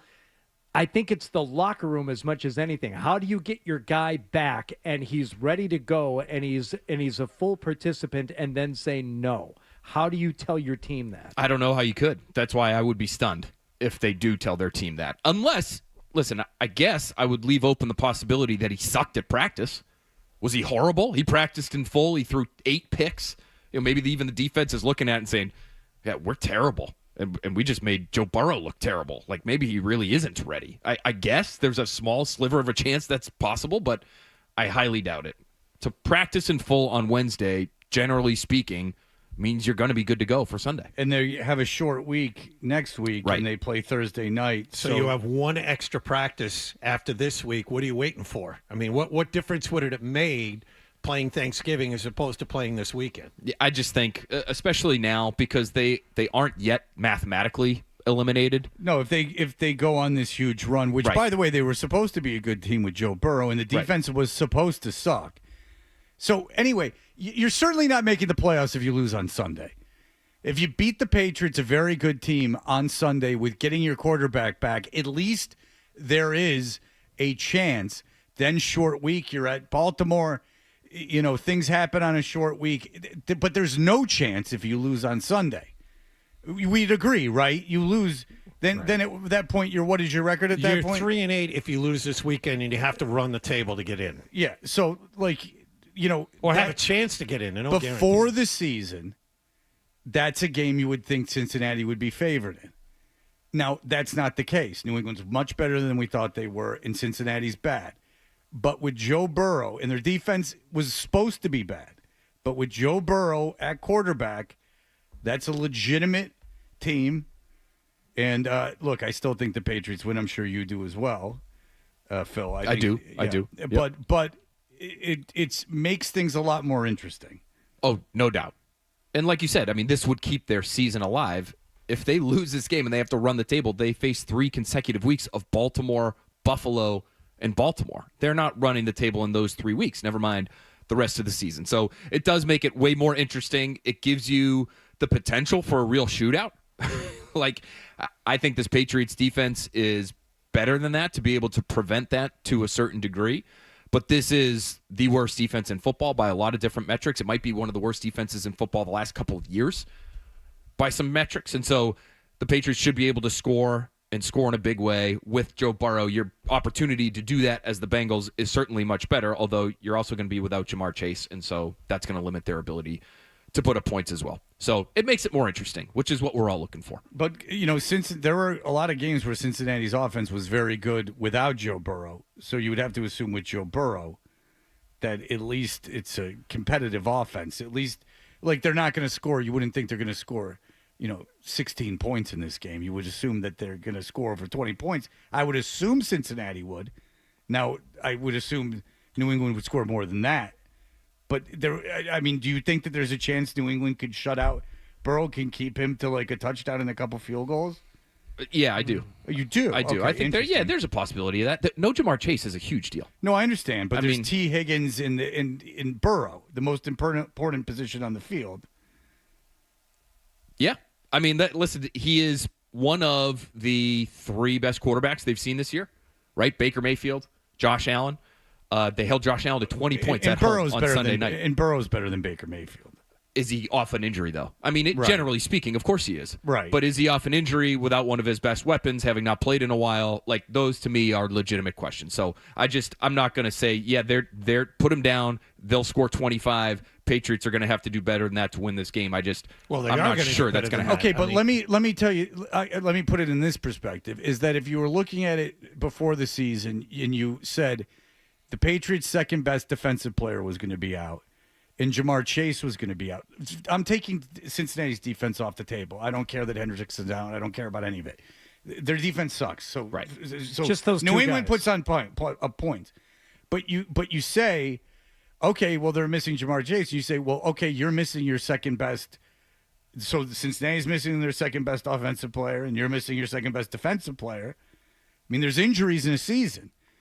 Teams are supposed to win when they're missing a receiver. Like a good team, a good offense supposed to be able to operate without a skill position player. You know what I'm saying? I feel like you're trying to convince me that the Bengals might win this game. No, I'm trying to convince you and myself that points will be put up. No, I think New England wins this game. I'm not in any way. I know. You're so vociferously arguing this point that I'm actually doing this for the benefit of Patriot fans. I'm saying that I believe that this is a legitimate test. Now, if Burrow plays in this game, it's a legitimate test. It's a game you should win. It's a game that would be disappointing if they didn't win, but it's not. Look, yesterday we had a guy on from Cincinnati. He's like, Burrow's not going to play. That's not his responsibility. No, that he didn't know that Burrow was going to practice on Wednesday. But he's like, there's absolutely no way that Cincinnati's ever going to win. This is going to be a horrible game. Okay. In that, so going in, you're like, okay, yeah, Patriots probably win by over 10 points. You throw Burrow into the mix. Again, I take it at the beginning of the season. A Joe Burrow Cincinnati team at home, with or without Jamar Chase, you're thinking, that's a playoff team? People thought Cincinnati was going to be a playoff team, and they knew how bad the defense was. So I'm just saying, if New England goes there and wins, which I think they will, but if they go in there and win, that's not the world's easiest win. No, it's not. That's not beating the Jets at home. That's going on the road and beating a Joe Burrow-led team. And I think Joe Burrow, is top 3 quarterback in football. I think it's Mahomes, Allen, and him. And that's my opinion. And May could be in that conversation, if he produces over a longer period of time. He's definitely in that. I'd put him in a group of 4 with Lamar Jackson. I'd include Lamar there too. But he's one of those guys. And you're right. The defense was bad last year. They're bad this year. They probably should have been a playoff team last year. They weren't because they started so poorly, including a loss to the Gerard Mayo Patriots. And so, like, you're right. And so maybe that does do something for the Patriots fan base in terms of, okay, everybody's been talking about this team's schedule, and that's the only reason they've been as good as they've been. Well, now you've got another game on your record against an all-pro level quarterback that maybe it does something for the fan base. I'm not sure it does anything in terms of an added boost of confidence for this Patriots team. I think they have a belief in themselves that would. Oh, I think it does, and that is. If you can warranted. shut down Burrow, I think that's a feather in your cap. Look, Bengals without Burrow and then the Giants are two rollover situations, especially this late in the season. The Giants have fired their coach. They got nothing to play for. They're talking about getting rid of 3 starters because they've become almost Benedict Arnold-esque. They're talking about getting rid of Neal and these other guys that were high draft picks because they're like dogging it. Yeah. I mean, that franchise is a disaster. You're not losing to the Giants at home. So instead of having 2 games in a row where you're just like, yawn, we'll see the Buffalo game, this at least adds a little juice to things. And as your season is gone and the games that you've played, I mean, we can review, regardless of how people's seasons have turned out, Bengals with Burrow are better than the Jets. They're better than the Falcons. They're better than the Browns. They're better than the Titans. They're better than the Saints. I'd say they're better, or the same as the Panthers. I'd say that they're the same as the Steelers, and they're better than the Dolphins and the Raiders. So this becomes a real test if he can compare play it to the rest well. of your schedule. Yes. This is, as the games in your schedule have gone, a tougher test than most of those games. You can outscore Joe Burrow on the road, and the defense is going to help with that. I think the Patriots get 35 at least in this game. Do you like that if you're Mike Vrabel, Fred? Do you want the test, I guess is the question. Would you prefer to be battle-tested, quote-unquote, going into the postseason down the stretch run here, or would you prefer to just rack up wins against rollover teams so that you have the better chance at the number 1 seed and home playoff games and all the rest? Remember your conference record, and like you most likely are winning this division, even if you lose to the Bills. Like that chances are, from what I understand, their conference record is better than the Bills. It's got to be. I would assume. Looking at it right now. Give me a second. But so I think that you win that division. Look, you want to win, and you'd prefer to get the win. But I think it's an interesting test for your defense. Patriots 5-2, Buffalo 4-2 at this point. Okay, in the conference. Okay, so you win this game. You're whatever. You should win the division, regardless of this game. But I want to win the game, obviously. But I think it's an interesting litmus to see how you do against a great quarterback, because you only played one. You've only played one great quarterback this year, and you beat him. And I love the test for somebody like Christian Gonzalez, right? This is why he's going to be a guy that makes $30 million a year on his next contract, is for games like this one. There's one primary threat on the other side. Their run game isn't even really all that much of a threat. So they have one number 1 caliber receiver on the other team. They've got a superstar quarterback on the other team. Can you go out and shut that guy down so that the rest of the organization has an easier week? And that's really got to be the expectation for somebody like Christian Gonzalez, is to battle somebody like T. Higgins, not to necessarily shut him out, although we've seen him do that type of thing in the past, but limit him in such a way that it's really not as competitive as it should be on paper. And so that, to me, would be a real test. Like, he had the opportunity to do that against Emeka Egbuka, and he had his share of wins in Tampa against Emeka Egbuka, who's a rookie, who's really not on Higgins' level yet, but I think is a really good player with a really good quarterback. And Egbuka had over 100 yards receiving. Now, they played zone. Not all those were on Christian Gonzalez, right. But this is why you have that guy. Yeah. And if you're going to pay him what I think they're going to pay him, right, why are you doing it if not to use him in this fashion where he's shadowing the other team's best receiver and shutting him down? Put him on that guy for the game, and then unless you hear it differently, that is your job today. That's, to me, how you should play it, and it helps prevent some of the explosive plays maybe that you've given up over the course of this year, although I do think the secondary's been better since Christian Gonzalez has been back. But I just look at that specific matchup and that litmus test as Fred put it, as being one of the most important this week for them. All right. Phil Perry is in studio. See, there wouldn't have been a whole lot to talk about if Burrow wasn't playing about this particular game because Bengals not good. They gave up 17. They were up 17 in the fourth quarter against the Jets in Cincinnati and blew that game. And Justin Fields was that quarterback. That's hard to do. I like their fan base, though. Very defeated, as I've said. Very down on the team. Your people. Yes. I like being amongst them. The negativity you could Much feel. more comfortable. Oh, yeah. Yeah. You don't want to be with some rah-rah yahoos. Sure. You know, and you don't know what you're going to get in Cincinnati. What do I know about Cincinnati? They're a nice grit to them. I enjoyed it. All right, we'll be back with more from Phil Perry. Toucher and Hardy, 98.5.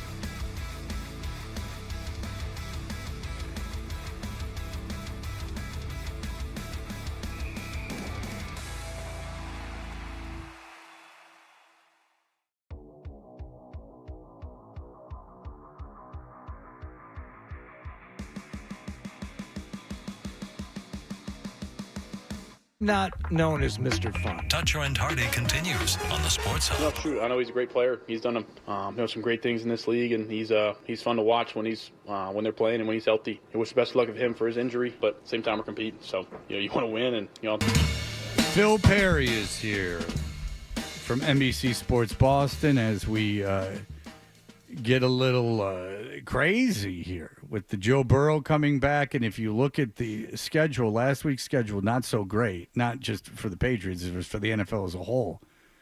But now there's a little juice with that New England game. Pittsburgh, Chicago is going to knock someone down a peg. And then you have, of course, Indianapolis, Kansas City. How much does that game mean to you, Phil? Indianapolis, Kansas City. That's a fun one. I like the test.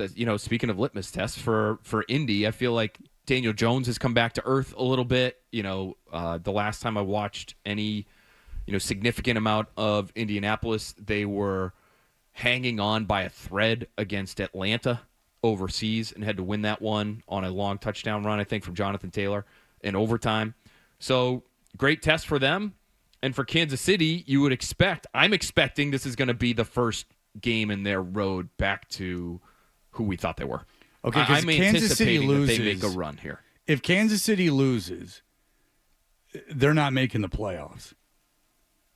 Like, it would be very difficult for them to make the playoffs. Like, if Baltimore beats the Jets, it's going to be and Houston wins, it's going to be very difficult for Kansas City to make the playoffs if they lose that game. Because there's a lot of teams in front of them. They're not winning and they're not winning their division as it is. But you get a loss in that. I mean, you talk about like running the table. It'd be different if it was just in the race with Baltimore, but Houston complicates things. Kansas City beat Baltimore earlier this season, right? So I think they have the head-to-head tiebreaker. They play, and after this, they play at the Cowboys, which isn't a layup anymore. They play the Texans, the Chargers. They have the Titans, but then they have the Broncos. They have the Broncos again, yeah. So it's Chargers and Broncos. You're looking at if you don't beat the Colts this weekend in your Kansas City, I'm with Fred. I don't think you're making the playoffs. Well, Stroud could be back for the Texans, right? And that's a good team. And playing at Dallas is not a terrible team. I mean, I like Kansas City in that game, but if the Colts beat Kansas City, do you then think, okay, this is a legit elite team? No. Okay. Only because there's not much Daniel Jones can do to convince me otherwise. I look at that particular player, and my respect for Shane Steichen, I will say, has grown tenfold over the course of the season based on what he's been able to help turn Daniel Jones into. But he being who he is and the way he's played of late, where he, again, I think has come back to earth a little bit. And now that there's more tape out there on him, maybe people are getting a beat on him. I don't look at the Colts as like one of these, oh, wow, now they've beaten the Chiefs. Wow, that really is the team to beat in the AFC. I think they're just in that hodgepodge of teams that includes Denver. It includes the Patriots, of teams that are playing well right now, that aren't perfect, but have a chance. And so that's just, I think, win or lose, that's probably how I'll continue to look at them. This Chiefs schedule is interesting, though, now that you bring it up, because they have one pushover game, and that's it. Yeah. The rest of the way. Dallas's defense has been better of late. The Texans' defense is dynamite. Especially against the pass. And the Chiefs have problems. Like, Patrick Mahomes has been pretty open talking about it at the podium. Why are you throwing so many deep passes? Like, Tyquan Thornton's still being targeted down the field on a fairly regular basis, which is mind-blowing. But it's what they have right now, because the way defenses are playing them, they're almost daring Patrick Mahomes to throw it deep, which you would never have thought would be a winning strategy in the past. But it is, because they are so deficient. They're so mediocre at the positions around Mahomes, at those skill positions right now, that's what defenses are willing to give them. And they're winning. So, I don't know if that gets solved between now and the end of the season. Okay. Milton's gone for 4 games at least for the Patriots. And now this is an interesting part of their schedule. He's missing 4 games that are going to be interesting. 3 of them. How great does that affect them? Like, the outcome of games? Like, do you think that his absence can affect the outcome of these games?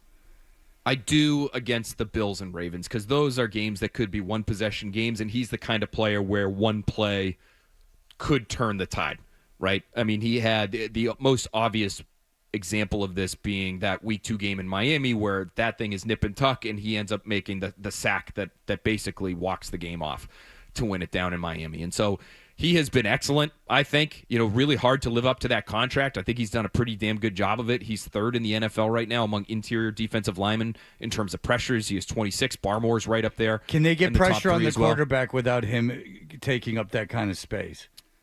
I think that they kind can of attention. still, but they generally speaking have not been a big pressure the quarterback team as it is. So can they do it? Yes, but not as consistently. Okay, no. so you watch all 22. I would imagine Milton gets a lot of attention. He does. So he and Barmore, those guys are getting, especially in obvious passing situations, right? Right. Those guys are seeing multiple bodies. With him out, now Barmore is going to be the center of attention in Would there. they blitz more? You might. Now, you might do that to help make up for what you're lacking so that with leads Milton Williams, but then you're leaving yourself open against a player like Burrow, who generally speaking is very good against all these great quarterbacks. If you blitz them, you're taking your life into your hands because they, generally speaking, understand where that's coming from and they can hit you. Okay, and that leads me to what I wanted to talk about. Christian Gonzalez is great, but let's talk about the rest of the secondary. Like, how do you think Carlton Davis has played? What do you think of the rest of the secondary? Davis, to me, I think has been underwhelming in that there are not the highlight reel plays that really any of us who've been watching this team can turn to and say, well, remember that one? It's been the other stuff I feel like that people remember. It's the flags. It's the touchdown against Drake London a couple weeks ago down in the red zone against Atlanta. If you look at some of the more advanced metrics, though, and the amount of yards he's given up this year, he's been pretty good. He has not been all that permissive. What do your eyes tell you, Phil? Well, that's the thing. Sometimes these eyes, Burt they will Blyleven had a lie. 94 WAR. Yeah. I mean, that was He's a no big Jack debate. Morris. He's not any Jack Morris. Better He than won. David I like Ortiz. that. Yeah, I like that. I would say he's been okay. Okay. I'd say he's been okay. But they as a secondary, especially since like that first month of the season where they were giving up explosive plays on a fairly regular basis, I think they have sort of settled down. I'll say that. All right. And you like Marcus Jones? I do. I like Marcus Jones too, as a slot corner. As a slot corner, but there are situations where he's vulnerable in that position. Yes. When it comes to Milton Williams, how do they make up for his absence? Because I think you've talked about this. Is it like a committee thing where they're going to try and get some more reps? You mentioned like more attention being paid to Barmore, which that's not great because I don't think he's had the season that a lot of people thought he would have. So his first sack the other day. Yeah, congratulations. Who else can help fill in? Because it's not going to be one guy. At least I don't think you think so. No, it won't be one guy. And they don't have another player like that with that kind of skill set that Williams has. His explosiveness, his quickness at the line of scrimmage is something else. And so my guess is Kyrus Tonga would sort of be the first up to take reps next to Christian Barmore. He has been one of the best surprises on this team on either side of the ball this season. He has been excellent against the run. He's given them more against the pass than I anticipated. He's a good enough athlete where you guys have seen it. They've been using him at fullback. He's fun lately. He is fun. I mean, he's a fun player. Fun. He's a Got big a boy. fridge in him. Big boy who can move. All right, but enough with the offense. Now we need you back over here. That's the thing. I mean, you probably have to sacrifice some of those offensive snaps. He plays for them on special teams. Maybe you take away some of those to make sure that he's fresh in short yardage. We need that. No, you give Tonga a touchdown, and then the alliteration just flies. That would be a lot of talk about a fun. touchdown for Tonga and the Patriots. Yeah, you could do better than that, but certainly. That was pretty good. No, that's what's so. He said right. 4 between Tonga and touchdown. No, but he called it just as Bob will call it. Terrific Tonga touchdown today. See? Kaboom. That's why I should have that job. Mr. Calling is a headline writer, I think, there, Fred. That's what I've always wanted to do, especially with AI. Imagine that's a big job useful available skill for set. people now. Yes. Are we going to become more familiar with the likes of Joshua Farmer and Tyler Durden? Look at you. Corey Durden. Tyler Durden was. Was that on the screen? You were doing in so front of good you? with Joshua Farmer. I read just the wanted mailbag. You to I read shut it down. Is that on the screen in front of you I right read now? the Phil Perry mailbag. Tyler Durden, of course. I appreciate He's from that, Hardy. Fight Club. Wow. That's right. Hardy's a good friend. He supports the work even when he doesn't necessarily See, have to. You were focused on Hardy and the football thing, but I just impressed Hardy with my Tyler Durden knowledge, so thank you. You guys didn't get it because you're illiterates. All right. And John certainly has no other interests outside of this. Yeah, Corey Durden. Yes. Corey Durden. John cooked shrimp scampi. Probably likes himself a shrimp scampi. Corey Durden does. He's a sort of a journeyman defensive lineman. They picked him up. He was released by the Giants after training camp. They picked him up. He's been on the active roster since early September, and he's been okay with the reps that they've given him. So, between Tonga, Durden, you get a handful of bodies in there that I think if you can keep them fresh, you're not going to replicate Milton Williams, but you'll get the best version of these guys. And maybe that allows for somebody like Barmore to keep it going. Maybe it allows for their edge guys. To me, we're going to moneyball it. We're going to replace him in the aggregate. Exactly. I mean, I think that's sort of what you have to try to do. To me, if you can get any sort of push in the middle that allows the guys on the edge to get home, that's the key. The edge guys, I look at Harold Landry, who was banged up a little bit earlier this year, Kaylavon Chason. These guys play a ton. And I wonder if you're starting to hit a wall here. They just had a mini bye, so maybe they get some juice from that. But, behind those two edge guys, they just don't have a lot. Elijah Ponder's an undrafted rookie who's had a couple sacks the last couple of weeks. 2 more games, guys. I need to But get a nice break. Those guys need a break. So maybe whatever they get from the Fields interior can help them there. They had to lower their shoulder and hit Fields a lot, so I'm sure that tired them out. When someone's not throwing the football, that's a lot of responsibility to the defensive line. They got to make tackles. Difficult man to tackle, though. As bad as he is at throwing the football, he is a big, strong, fast human being. Yeah, it's almost amazing with a good arm. It's almost unfathomable that he's this bad at quarterback, performing the way he's performing. I thought he'd be good coming out of Ohio State. Hand up. I certainly didn't think. I don't understand the difference between the two games. I don't want to do hyperbole. He's the worst quarterback I've ever seen play for the Jets. Really? There have been some really bad quarterbacks. Statistically, he's way worse than Zach Wilson. Yeah. So, what he's been able to accomplish in this short amount of time. Mike White was all right. Mike White won games. Kept them in games, won some games. Look, Mike White's still in the NFL. Yeah. Zach Wilson popped a little bit. Yeah, Zach Wilson had himself some games. He was terrible and an awful pick, but he wasn't this bad. The players liked him. No, they didn't. Remember Fields in college? I thought they liked Zach Wilson. No, they hated him. He was not popular in the locker room. They liked Fields. Go ahead. I was just going to say Fields. Sorry, who replaced? Okay, so who filled in for Zach Wilson then? Then it was Mike White. It was White that they liked. Yeah, they liked Mike White. Yeah, that's what it was. They liked Mike White. Yes. No, I was just going to say the difference between Fields in college and Fields as a pro is striking. Remember, he got hurt. I think it was a college. Was it the national championship game? It was the national game championship game where he got hurt and missed a couple of series, came back and led the team to the championship. I mean, it's amazing. That is a strong statement, though. I don't know if it's hyperbole, but it is strong. I mean, Luke Falk, he was bad. He started a game against the Patriots. I got news for you. Watch it. They got Trevor Siemian. Trevor Siemian's a better NFL quarterback than Justin but Fields. not good, right? Okay.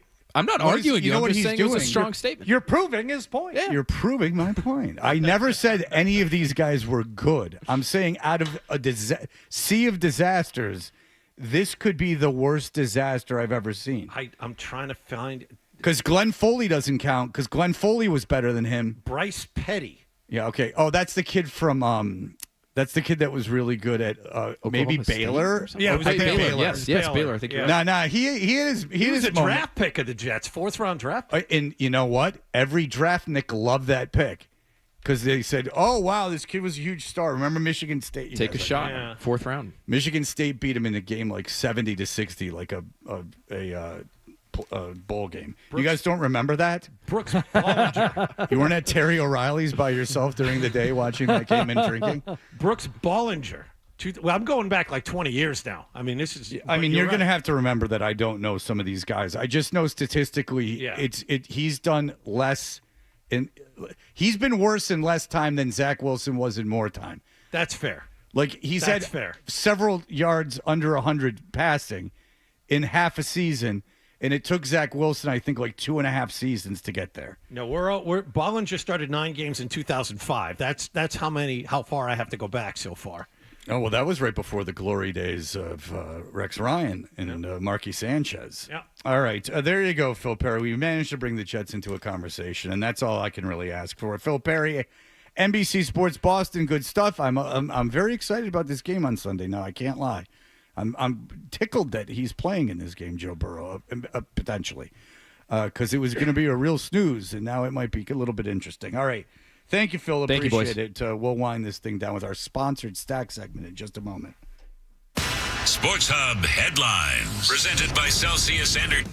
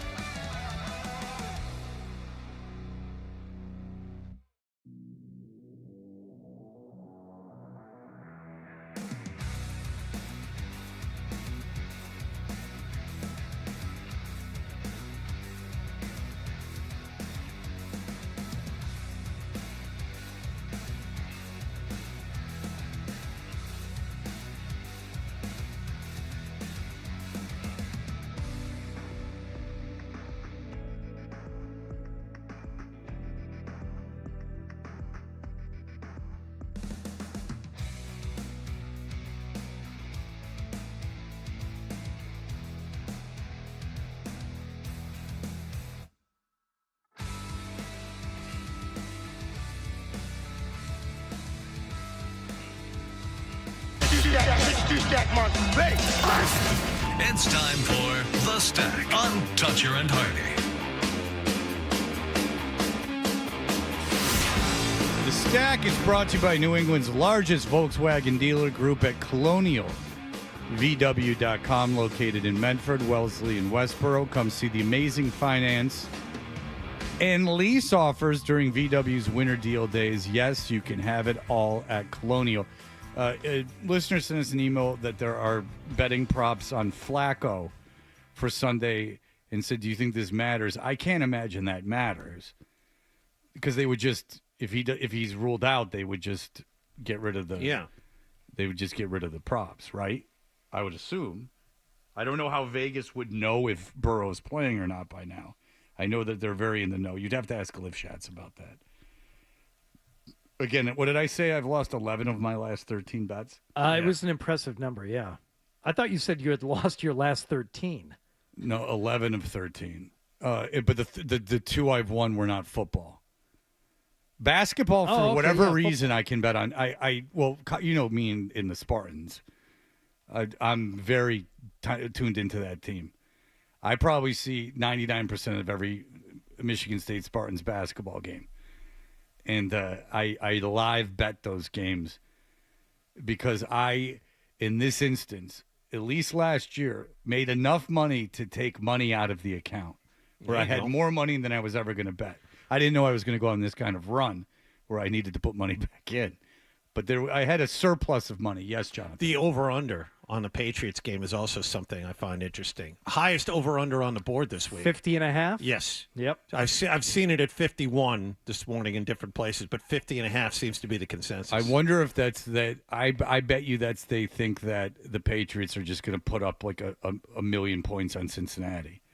I don't even think that's a two-team deal. Okay. You think it's like the game's going to be like 45-10? Yeah, 38-14. The way that the Patriots, there is a chance. Now, they're not going to score a touchdown, but I bet you there's a chance that the Patriots score on every possession. A chance. That's out of the realm of possibility. No, it's not.